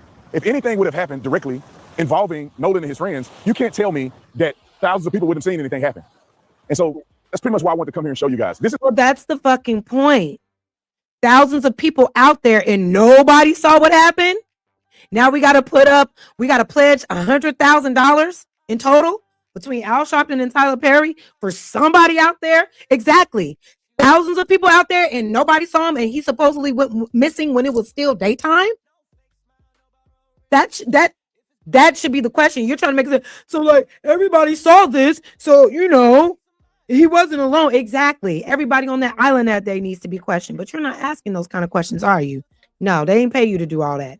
I understand. This is what they want you to believe it was like on that day, which is a lie. They want you to believe they came to a secluded island just for them, and then Nolan is left behind, and then his body's washed up on shore, and nobody knows what happened. Nobody could have seen what happened but the boys. It's a flat out lie. Is there anything that you want to say, you want people to know about this whole experience? Yeah, I mean, if someone's not from here, it's kind of hard to understand, you know, where the island drops off and how the island works. But, you know, there's plenty of people out here, especially on the 4th of July, you know, this is where people come out to celebrate. And I mean, if you you fill the water, you can see right here, Brandon, where it drops off. I mean, you can see literally where it drops off. So, I mean, it goes from about waist deep water right there to neck deep, and then it drops from neck deep all the way to like 17, 20 foot. I mean, we weren't in a quarter mile off the island, and when we were leaving, and I mean, it was 30 foot of water. Yeah. So, I mean, if we're walking towards the east right now, but if you walk down to the west, that's where the west tip of the island is, and that's where the current picks up very, very bad. People talk about the phone situation. I want to, because the way you articulate it, I just walk in the water with my pants they're wet, and you can tell right away that if you're hanging out in the water, it doesn't appear, in my opinion, that you would have your phone on you. Is that typical for people to have their phones, or? No, I mean, people come out here, especially on the 4th and Memorial Day, like days like that. They come out here to celebrate, and people get on the water to be off their phones. First off, second off, if I'm sitting waist deep in water, and all my friends are, everybody's leaving their phone on a boat. That's a motherfucking lie. That's a lie. That's the lie. Everybody get out on them boats and their phones are up. They want to take pictures on the boat. They want to take pictures of the water. They want to pose on the boat. They want to do all of the things. They want to Snapchat. That's a lie. Everybody on their phones, even on that water. Even on that water. Like I mentioned earlier, they have products where you can bring your phone out onto the water. And I can guarantee you a lot of those people had those coverings for their phones, knowing that they were going to be on that water. If this was such a popular event every 4th of July, they're coming to make sure they have things to secure their items. All right. Don't make it seem like everybody just had their phones down and everybody intermixing with each other. No, that's not happening. I'm not saying, and even if you can walk in the water, which it seemed like a lot of people could, you're still gonna have that phone up. Not everybody, not all the time, but to say no, everybody come here and they put their phone down, that's bullshit. Shut the fuck up. In a lake, if you're sitting on a pond, if no one's getting out of the water with their phone in their hand, unless it's to take a quick picture. But most of the pictures taken on 4th of July were on the boat. Yeah. I mean, and saltwater. If you drop your phone in saltwater, most of the time you're not going to get it back. Yeah. I mean, especially if the water's murky right now because there's been a lot of rain. You can't see, the visibility isn't good. The water isn't clear like it was last year around this time. And no one has their phone though. Usually, I mean, unless you're crazy, I'm not walking around with my phone in my hand. I've been walking around Long Island. How many people left the phone on the boat? Was it just his phone when y'all left, or other people have phones on the boat? Absolutely not. Like there was at least. Well, I rode out here on a different boat, like I told you, and I grabbed my boat. I grabbed my phone when I left the Palm Beach to get on the boat with to get on the boat with White because we were having boat issues. And when I got on the boat, there was phones everywhere on the console. I mean, everywhere. There was. And everybody's phone that was sitting around the boat was on the console. Like we had phones that we didn't even know whose they were, and people just leave their phone, especially when people are drinking and, they're not in the right state of mind. A lot of people are like, oh, I'll just leave my phone, I'll get it later, and that's the way it is around here. You don't take your phone and walk around the island. There's plenty of phones on the boat and, spread out between the 3 boats that we had. And I mean, we had 20 plus people on the spread between our 3 boats. So of course, everybody's phone was on the boat. I never saw someone in the water that day sitting with their phone in their hand, scrolling on anything or even taking pictures in the water. Yeah, someone might hop off the boat. A lot of girls like to take pictures, in the water. And so do guys, but, girls want to take pictures in the water. Half a second, you might hop out the boat and be like, oh, I'm snapping this picture of myself or of someone else. But as soon as I get back in the boat, I'm putting my phone up and I'm getting back in the water and I'm hanging out with my friends. Yeah, that's common sense, man. And describe to me what the day was like. I saw a video online. How hectic was it out here? I mean, right now it's barren. There's not a lot of people out here. Right. But clearly that's not what it was on the 4th of July. So, how dense was it with people here? Well, I mean, you look at all the videos, that's right out online. A lot of them, you can't believe what you see all the time online. You know that better than anybody. But, I mean, there was boats lined up all the way down the island. And there was rows. There was the first row, there's the second row. We were in the 3rd row where it drops off. And then there was even boats in front of us. And this went all the way down towards the east end of the island. And then there was people on the east tip. And we're on the north side now, but there was people on the south side too, lined up all the way down. And if you talk to anybody on the coast about this, they know that. Yeah. I mean, 4th of July, this is the hot spot. This is where people want to be. This is where people want to come out, hang out with their family and friends. And people say that you guys just left Nolan behind. I've seen reports of people saying that you just left him. I see reports of people saying that you asked him to get on the. Thank you, DeGenius, for the $2 super chat. He says he was hiding his hands in the interview. Exactly. Nervous as fuck. Thank y'all for the gems. What do these gifts mean, y'all? I really don't know. I really don't know what that means, but thank you. Thank you for the gems. I don't know what that means or what that turns. Is that some shmoney? Do these gems and these gifts turn into shmoney somehow? Either way, I appreciate you interacting in the chat. Let's keep going. But yeah, he was hiding them hands, nervous, trying to control his nerves, right? Boat, totally get on boat. He didn't. What's the truth in that? Well, Wyatt was having boat issues, and the bilge went pump. So the bilge is basically a pump that releases water from your boat when water comes in. So I opened the back hatch, and there's water up to the battery. Oh shit! And that is obviously not good. There's water almost coming. All right, we on high alert. Okay, we got a non-black in the chat. All right, we got a non-black in the chat. Miss Lana Morris. Nolan stayed to be with a beautiful white girl. Oh, is that what you're going with? You came here to stick up for the white folks too. We're not doing that over here, baby. You better check the temperature, check the room. You know what I mean? Read the room immediately. Okay?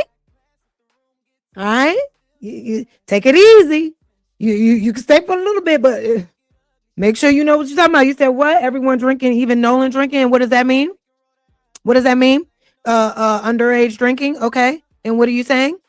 Nobody actually saw. Everybody is just saying, oh yeah, Nolan was drinking too. It's very convenient, but in every photograph, you don't see a drink in Nolan's hand. Don't come over here with that shit, Miss Lady. You will get verbally beat the fuck up. Okay. I've been waiting. All right. To tread lightly. Okay. Thank you. Let's keep going. Over the transom, which is where your motor sit, and which is the, by the stern, like in the back part of the boat. So obviously we were in emergency. The boat, we're trying to save the boat. It's not like we didn't ask Nolan or we just left Nolan. Nolan decided to stay on the island with the. And yes, Biz Shorty, yes. Let's get some applause for the gems and the seals and the gifts. Thank y'all so much. I appreciate that. This is the first live I've gotten those things. So I appreciate that. Thank you.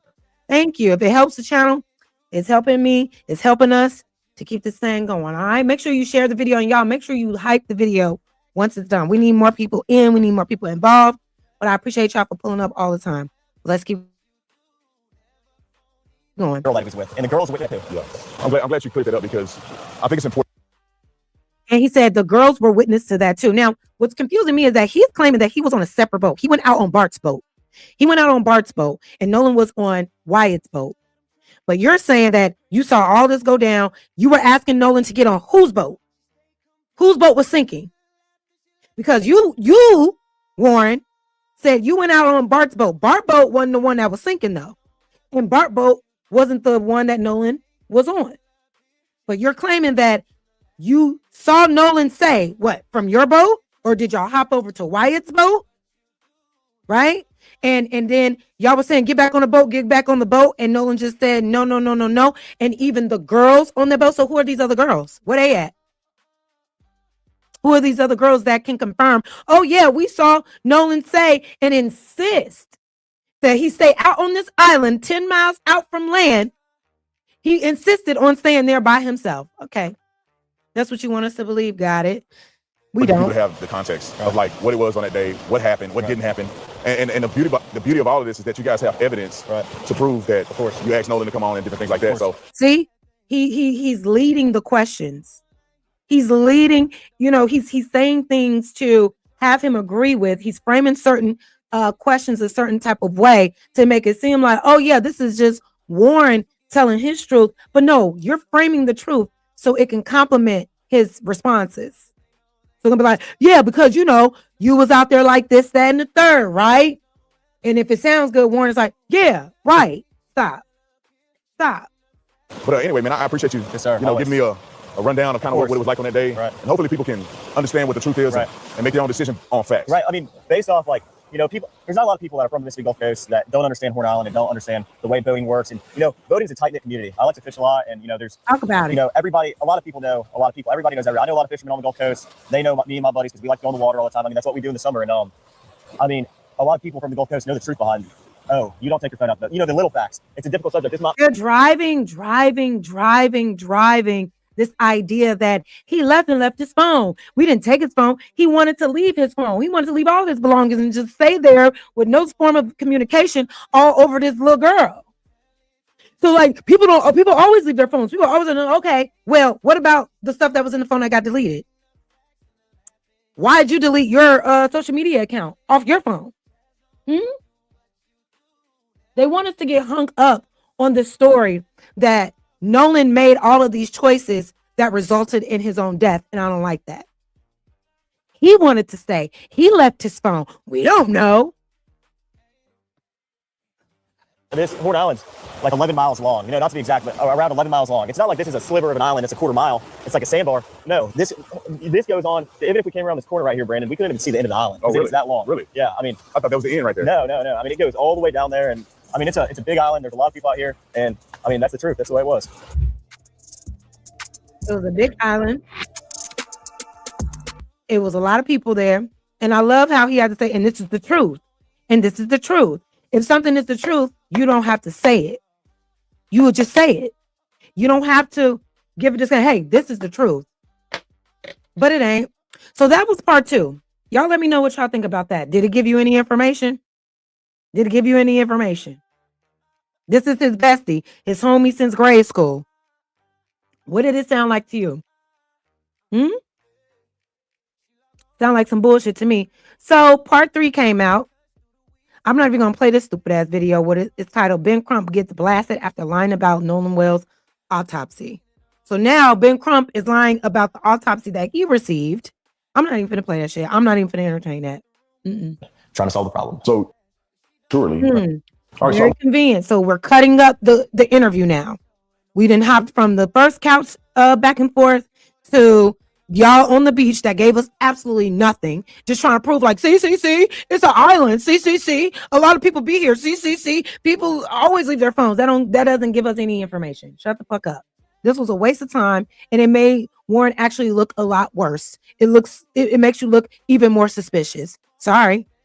I want to be clear with this one thing, because I know you mentioned before. Is there any chance or any knowledge that you have that anybody deleted stuff from his phone? I mean, Nolan was like a brother to me. Nolan lit up every room he walked in. 4th of July, everybody was out there. Nolan rode out on the Triton, and then we had Palm Beach, 18 Palm Beach. There's 4 guys on that. That's the group, which ranged from maybe 10 to 15 or 16 people on my buddy's tide line. Yeah, so y'all pretty much having a good time. And then you guys get ready to leave prematurely. Right. And like, explain that, because you guys got there around 10. Yeah. It's now 4:30. Right. People are still out there partying, and they're having a good time. But something happened to where it necessitated you guys to get the boat up and running. Can you explain that? Yeah. So I had a girl come up to me and say, "Hey, your brother just got in a fight." And obviously, I have a younger brother, and that's what she was talking about. And I was freaked out. So I walked over to the beach, and I didn't walk over. Was this the fight? This should be information the police should know, because everybody thinking Nolan was in that fight. It's a lot of back and forth with that fight. So it was you and your white brother in them? Was that the fight? Ran over. I made a beeline. I didn't talk to anybody. Put my drink down and walked over there. And my brother was kind of angry, and there's a lot going on, but someone was getting pulled away. I don't know who it was. And my brother was like, "Oh, I just got in a fight, and this guy punched me in the face," and I punched him right back. And then went to the ground. My brother put him in an armbar. And was Nolan involved in any of this? Absolutely not. When I was over there was a bunch of younger guys like my brother's age, and I mean, Nolan. I never saw Nolan over there. Yeah. Absolutely not. And okay, sorry, I just lost my train of thought. So you get ready to go. There's an issue with the boat. Okay, yeah. And this is what led up to that. That's what I'm saying. So the fight happened with your brother, or the scuffle. I'm assuming that it was cleared up. Right. You got your brother out of that situation, and then how did you find out that this boat is sinking? Well, I walk back over, and like we're probably around each other for a little. What's up, y'all? Thank y'all for pulling up. I really appreciate the love tonight. Let me give y'all a round of applause. What's up, Poppy Blanco?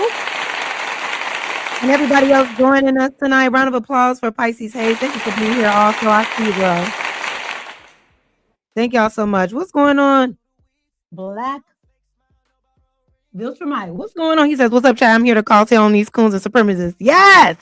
We need more of you. Stay a while. Thank you. Thank you. I appreciate y'all so much. Let's continue. I heard somebody in chat said this one was a good one. So let's see. Well, I mean, I wasn't thinking anything about it. I told my brother, I pulled my brother off the beach. And I was just like, "Listen, get in the water, hang out with us, calm down." I mean, he was calm, but I didn't want anything else to happen, And so once I got back over the boat, I got on the Triton, and the Triton had probably about 6 inches of water up to the transom.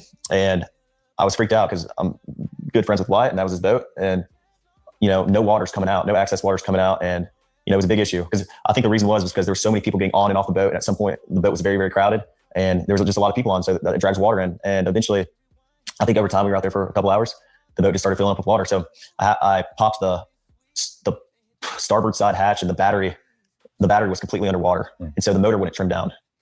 I mean, my buddy would go to trim it down from the console, and it'd trim down, and then it'd come right back up. And so Wyatt's trying to throw a rear anchor, so we're caught, and he's yelling at people. Everybody's kind of freaking out, and eventually, I'm like yelling at other people, trying to tell them, calm down, like the boat could possibly sink, and I'm not paying attention. And who made the call? Which friend made the call to say that the boat was sinking?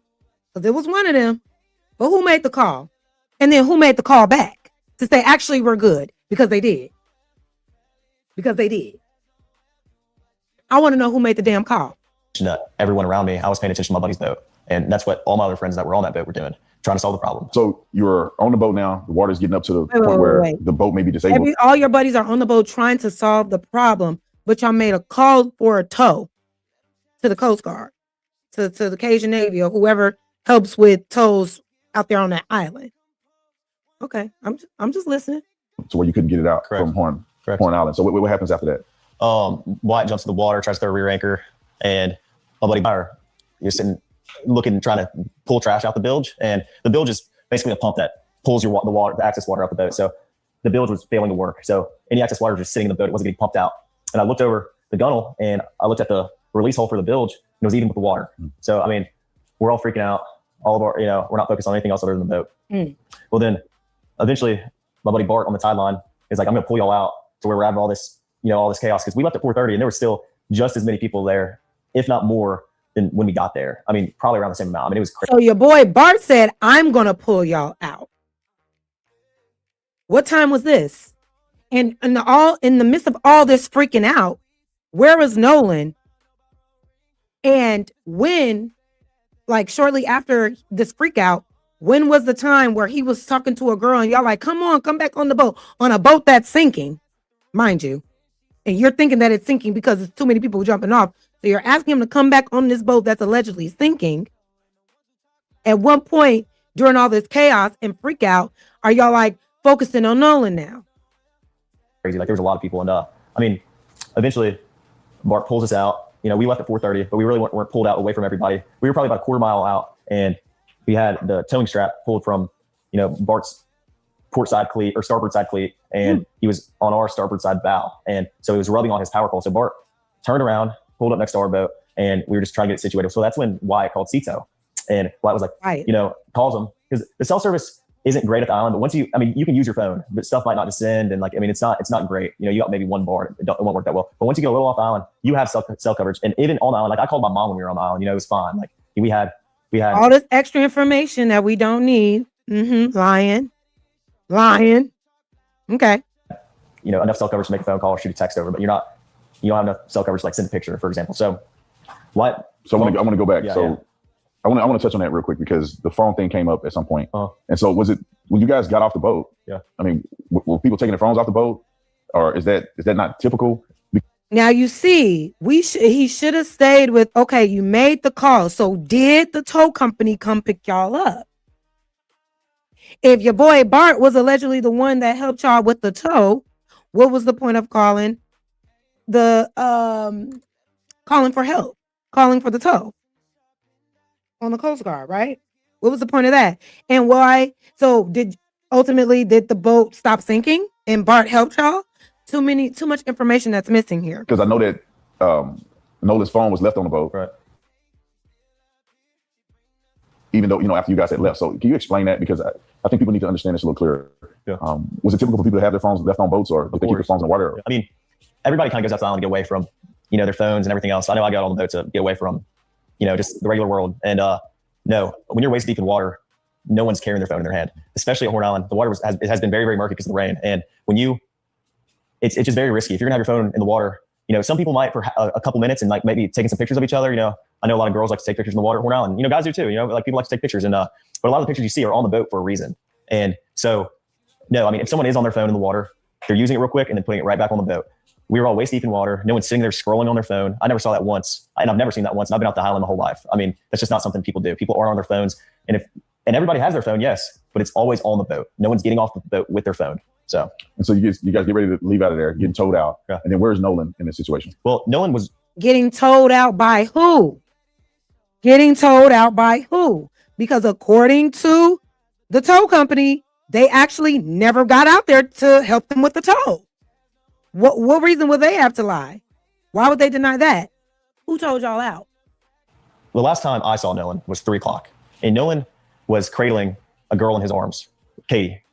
Katie. And Katie, Nolan was sitting there, and the last time I saw him, I looked at Nolan, and Nolan was like shaking his head, laughing, and I was like, "Dude, you crazy?" I was like just joking with him, and but anyway, Nolan. That was the last time I laid eyes on him. But when we were cradling, remember, y'all, Katie said they only spoke for all of like 3 to 5 minutes, but when you saw him, he was cradling her. What do you mean by that?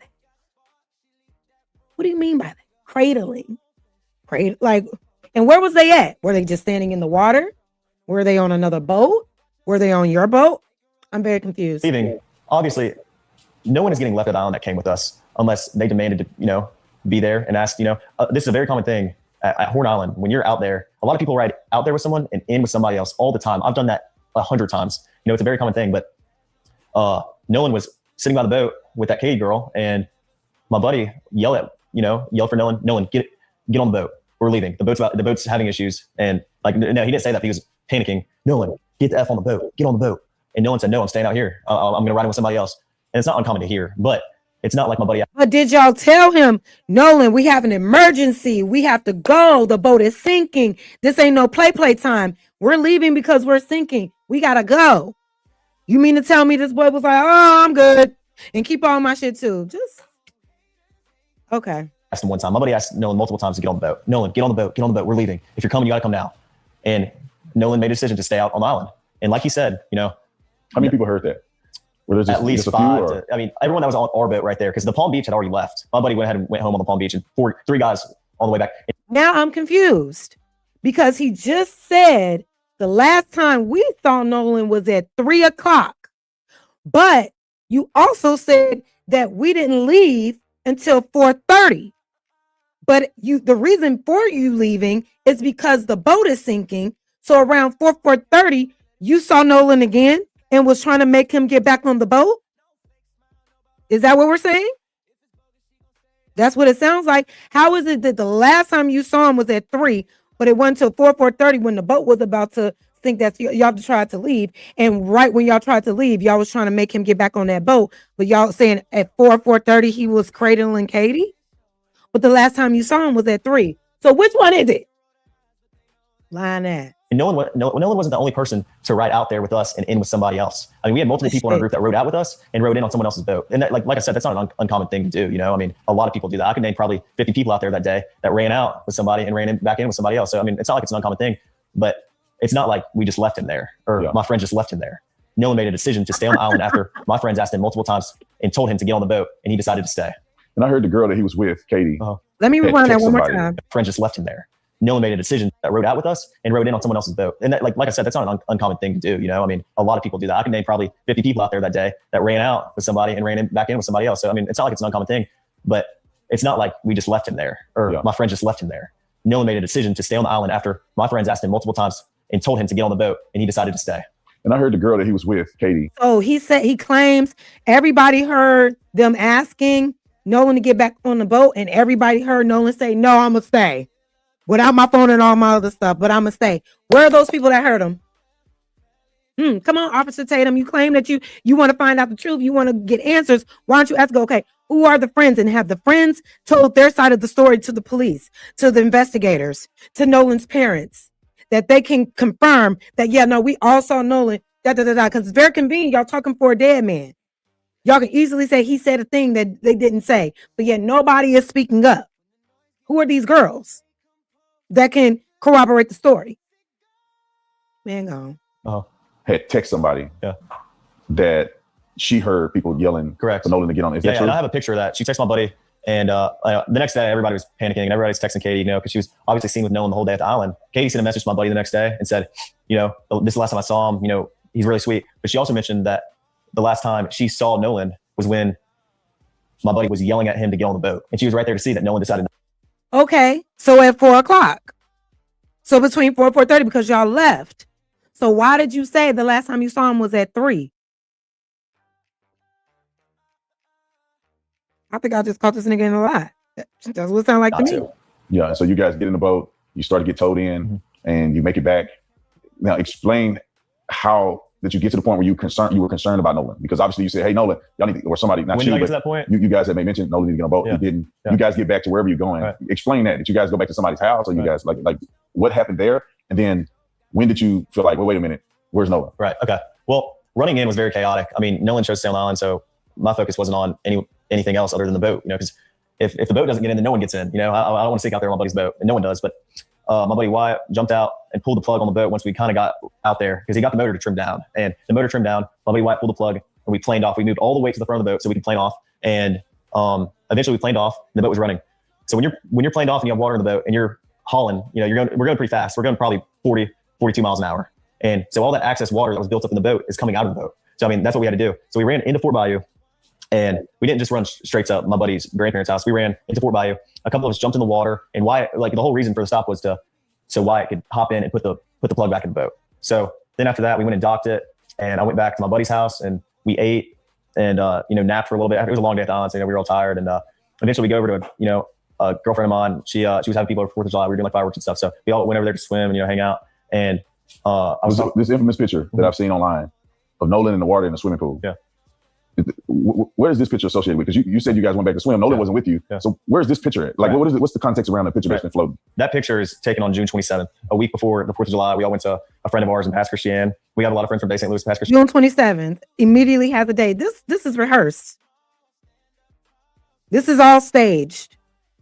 This is fake as fuck. And we all went over there to hang out, and and Nolan was in that picture. Nolan was in that picture, and if you look in the picture, my arm is around Nolan in that picture.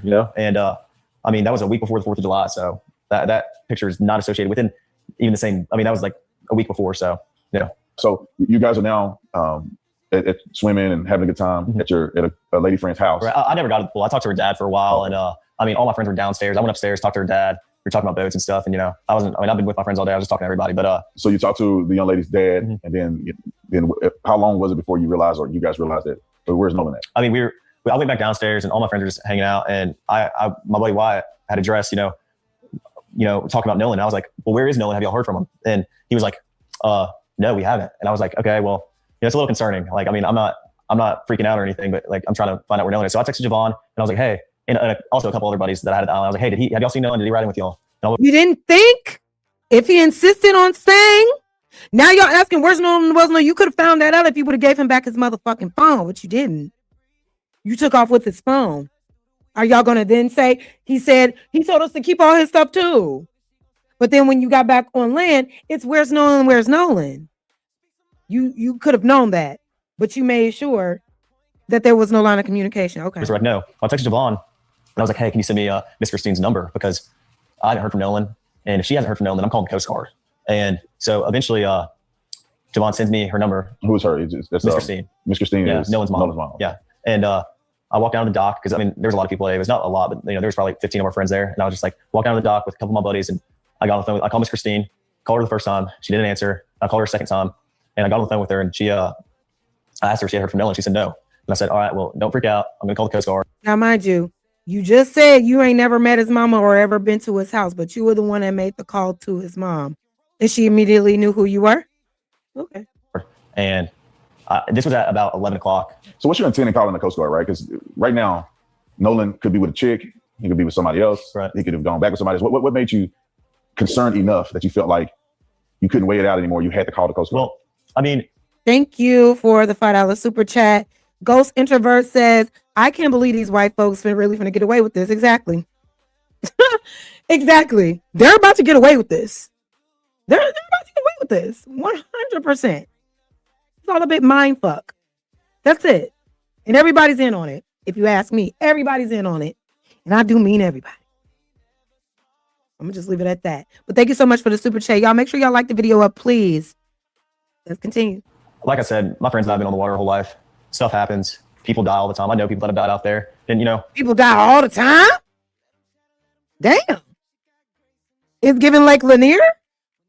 Why do people die all the time out there? What's going on? And if it's that hazardous, why are kids allowed to be out there underage and drinking? All the time? Okay. It's a fun place to be, but it's also I know accidents happen. They happen all the time here in Lake Michigan, et cetera, et cetera. But if it was like all the time, every time somebody went out on these boats, there was always a death, it would be an area where we're not boating. Hello? And if you knew accidents like that happen all the time, even if I've been in situations where, homie or homegirl, we about to leave, they came with us and they like, no, we good. I want to say, we're forcing their hand. We're taking their keys and you're coming with me. You're too drunk. You're too out of your mind. You're coming with me. I don't care what you say. I'm going to pull your hand and I'm going to force you to come up here. Hey, no, I'm going to just leave. No. We don't do that. We don't do that. We don't do that. What type of shit is that? Unless we can guarantee we know where you're going, who you're with, and we got an open line of communication, we're not leaving your ass nowhere. And if you're drunk and out your mind, we definitely not leaving you, because now you're making it sound worse. He was drinking. You left him in on an island by himself without any of his belongings, on an island where there's always a death, and you felt safe enough to leave him. Yeah, you make this a lot worse. You should probably shut the fuck up and not talk to anybody else again. Because you know you done fucked up, right? Very, very dangerous place to be if you're not handling it right. And Nolan, so I hadn't heard from him. And obviously, I'm thinking I'd way rather be safe than sorry. I mean, I would rather call the Coast Guard 100 times and lose my mind over it, my buddy be okay, than, not, and, me not know where. But you didn't care about his well-being when y'all left that island, though. You didn't care. You left him. Y'all cared more about your sinking boat that y'all claim y'all called the Coast Guard for. That y'all claim Bart told you, because we still don't know who did the tow at this point. He is and him not be okay. And so I called the Coast Guard and I talked to them on the phone for like 20 minutes, gave him a description, what Nolan was wearing, the last place we were at, the last time I saw him, who were we with, what boat we were on, the conditions of the water, just a summary.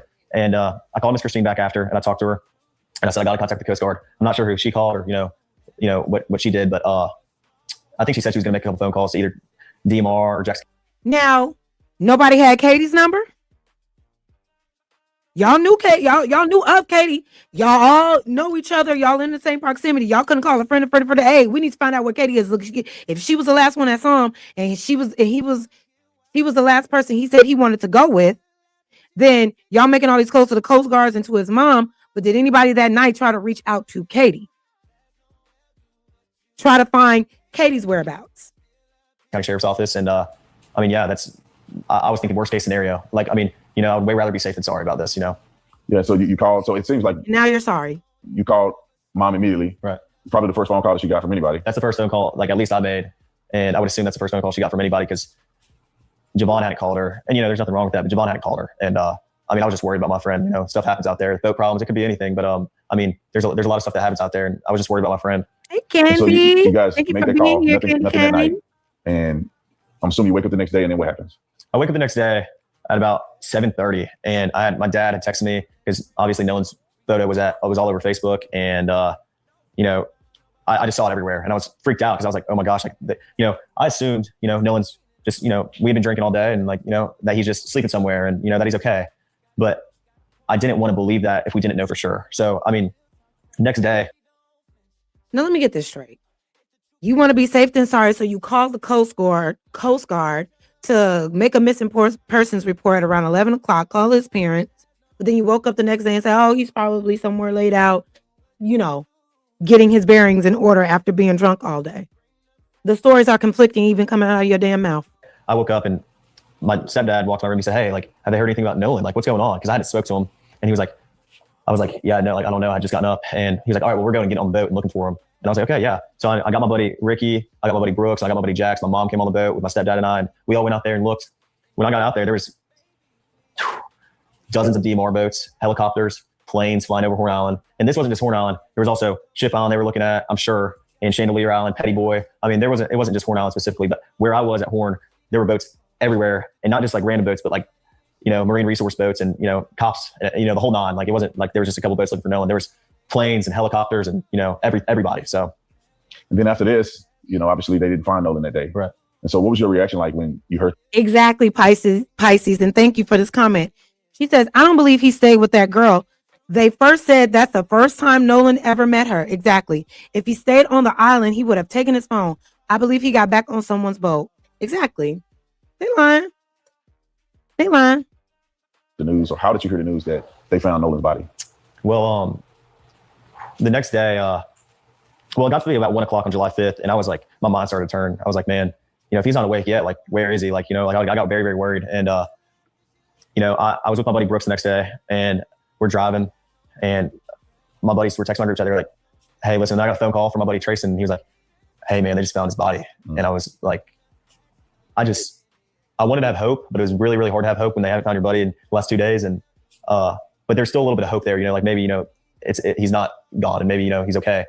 But my reaction was just, I was with my buddy Brooks and I broke down. I haven't experienced death a lot, but especially with someone I'm as close with as Nolan. And I broke down and I sat there on my buddy Brooks' shoulder and I cried. And then you deleted and deactivated all your social media accounts and went silent up until now. Don't leave that part out. I was upset. I made a couple phone calls to my buddies and checked up on my buddies because, I care about my buddies too. We're all experienced this. We all realized at the same time. We all heard the news at the same time. He's gone. And so it was really, really hard on me. I've never experienced something like this, and it was traumatic. I could tell you where and when I was there, when I got that phone call, where I was, and I just remember it was insane. I can't even put into words how upset I was, you know, and how upset my So friends upset. were. So, and then comes so upset, but you didn't give a fuck about his whereabouts that day, that night. Your story doesn't make sense. It's not lining up. Y'all last saw him at 3, but at 4:30 is when y'all left, and y'all saw him again with Katie, cradling her in the middle of the goddamn ocean, allegedly, begging him to come back on your boat, and he's just like, no, I'm with this girl Katie. Shut up. It's too many lies for me. And now you want to frame it. I'm so distraught. But look at your behavior after finding out. You stay quiet. You stay silent. You haven't even talked to their parents or the police. No witness statements. No persons of interest. No suspects. No crime scenes. Okay. Stories and the backlash and the craziness. You guys are now hearing that you're responsible for it. You did it. You killed Nolan. So what was the next step? Did you guys ever engage with police or? Yeah. So the first time I talked to the police was July 7th. I talked to the lead investigator and I told him my whole story, top to bottom, dotted every I, crossed every T. I told them everything I knew, every little detail. I mean, everything I could, you know, tell them to try to figure something out, you know. Were you the only one to talk to the cops or? No, of course not. You know, every person that was included, especially, you know. So why, oh my God. So why is Ben Crump and why is his family, the mother, why are they saying we don't know nothing? We don't know anything. Nobody has said anything. Nobody has come out. It's been radio fucking silent. But y'all talk to the police? So there were witness statements. So why is the attorney and everybody else saying, no, we still don't know anything. Nobody is speaking. We got to put out $50,000. We got to put up $100,000 to find the truth. No. The guys that you see on social media, everybody cooperated with the police fully. You know, no one's with us on the way out, and he read out on the boats with us. So I mean, we were the first people to get questioned. I mean, we cooperated with the police the first time they called us, and you know, we talked to them, you know, as soon as they needed, and we were fully cooperative. And we see Benjamin Crump coming to town. And let me give a round of applause for everybody who came through to support this beautiful Black woman. I appreciate y'all. I appreciate the gifts, the super chats, the loves, the comments, everything. It's been a really good show, y'all. I appreciate y'all, seriously. I had to get on this. I couldn't wait till no Monday. No. We got to get on this immediately. So if I had the time, I was going to make the time. All right. So let's finish up this video. This bullshit, right? that ain't doing nothing but making matters worse. Made it about race. Right. What's your feeling about that? Do you think that any of this has anything to do with race or, because I mean, obviously something happened to Nolan. It appears that you guys may not have been involved at all. Well, I say may not. There's no evidence that you were involved at all. You guys had left. But do you think there isn't any evidence that they weren't involved at all? There isn't any evidence of that. That's a lie. There's a racial component to any of this. Of course not. I mean, I think if Nolan ever felt the most little bit uncomfortable around us, which we never gave him a reason to, but if he did, he wouldn't hang out around us. But if you go look on, you know, like my friends have had Nolan posted all over our social medias, you know, since freshman year in high school. Like, if Nolan ever felt uncomfortable with us, why would he be hanging out with us all the time? I mean, every day we're back from college, we hang out and we're around each other all the time. So absolutely not. I would never look at Nolan any other way than I would any of my other friends. I mean, he was like a brother to me. You guys had been interviewed by law enforcement. All of you guys have given statements. But then I think that there's a part associated with this that's being rumored out in the public. How come we don't know the statements? And that is the situation with the cell phone, potential deletion of messages. When did that occur and what happened there? Of course, it cuts off then. So that was the end of that botched ass interview, set up ass interview, not giving us any real information that we need type interview. And I don't believe that they actually talked to the police, because why are the parents still saying nobody is saying anything? Why are they saying that? And why aren't you asking them, Officer Tatum, why did y'all go and delete all your social medias? Because I don't know why I'm asking that. We know why you didn't ask that question. We know. Because you want your whole purpose of interviewing him was to remove any admission of guilt that they may have been accused of. Mind you, nobody, Ben Crump, nobody, and nobody made it about race, but you can't overlook the consistency as it pertains to Black bodies in Mississippi and how these cases are handled. It's okay to call that out.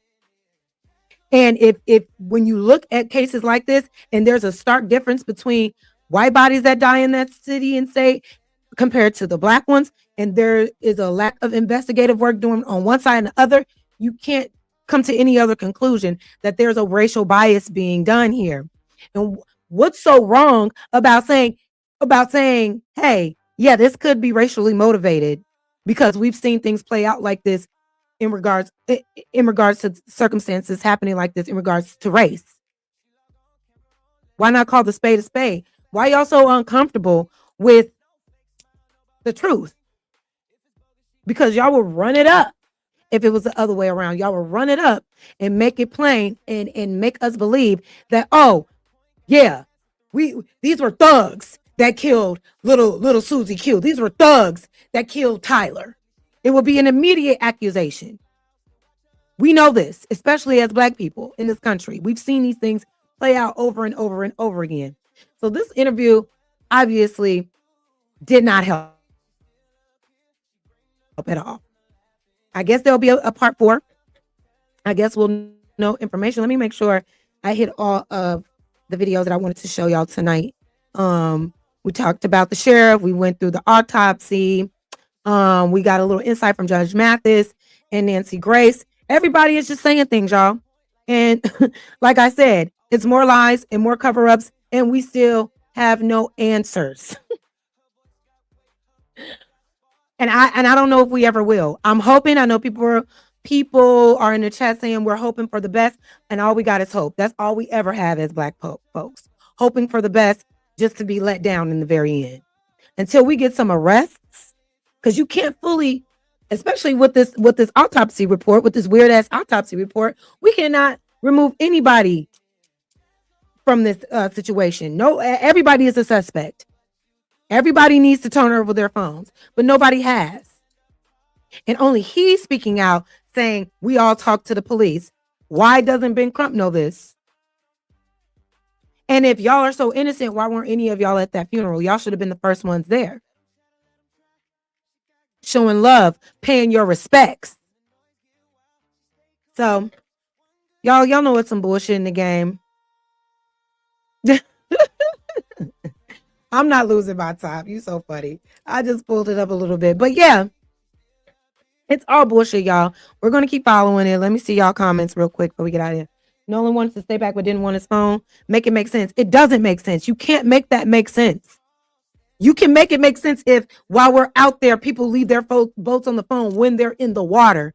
But to try to make it make sense that even though y'all asked him multiple times, allegedly, to get back on the boat and he refused, not only did he refuse to get on the boat, but he refused to take his shit back after telling y'all he's going to leave with somebody else. That's what y'all want us to believe? No. We need answers. We need the medical examiner, Stacy, whatever her name is, to come out and speak on her behalf.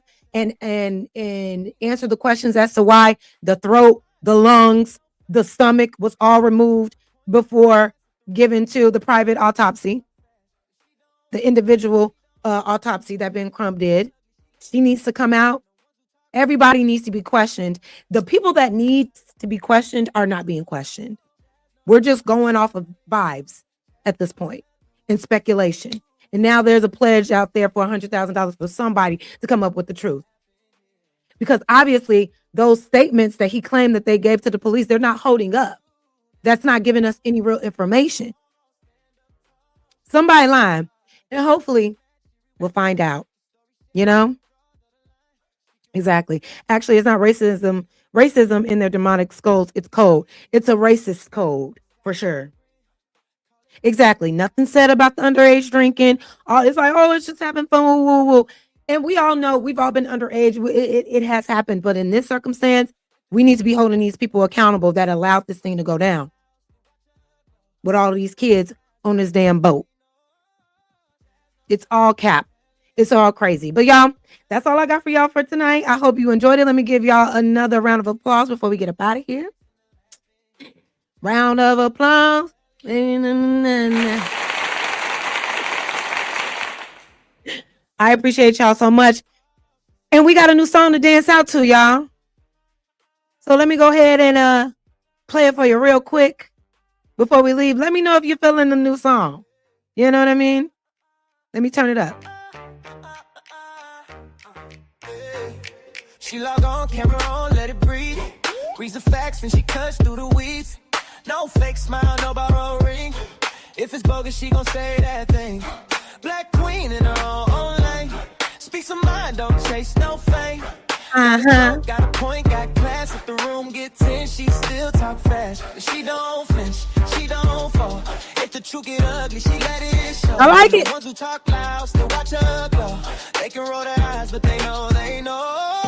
Jazz Noel, tell it true. Jazz Noel, do what you do. Haters hate, she still up here. She bring the facts and the laugh in here. I gotta learn it. Tell it true. Jazz Noel, do what you do. Never phony, never small. Stand up tall, she says it all. If the clip don't match, she rewind. Yeah. That's a vibe. I like it. I'm feeling it. Y'all feel it? Hey! Baby, please. Hey! Come on. Thank you, Candy. I appreciate y'all. I love it. Thank y'all so much for being here tonight. Until next time, y'all, stay down, stay black, stay real, do all of the things. We'll see what else comes out about this, y'all. You know? Here you go. Not bad. Be better with a name. Just saying. Biz Shorty, I got you. That's next. You see, I'm making progress. Okay? Dang. Biz be on me, y'all. But I appreciate y'all so much. Until next time. Bye.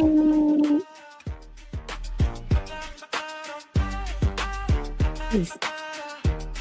I'm out. Let them chatter, let them try. She got grace in the sharpened eye.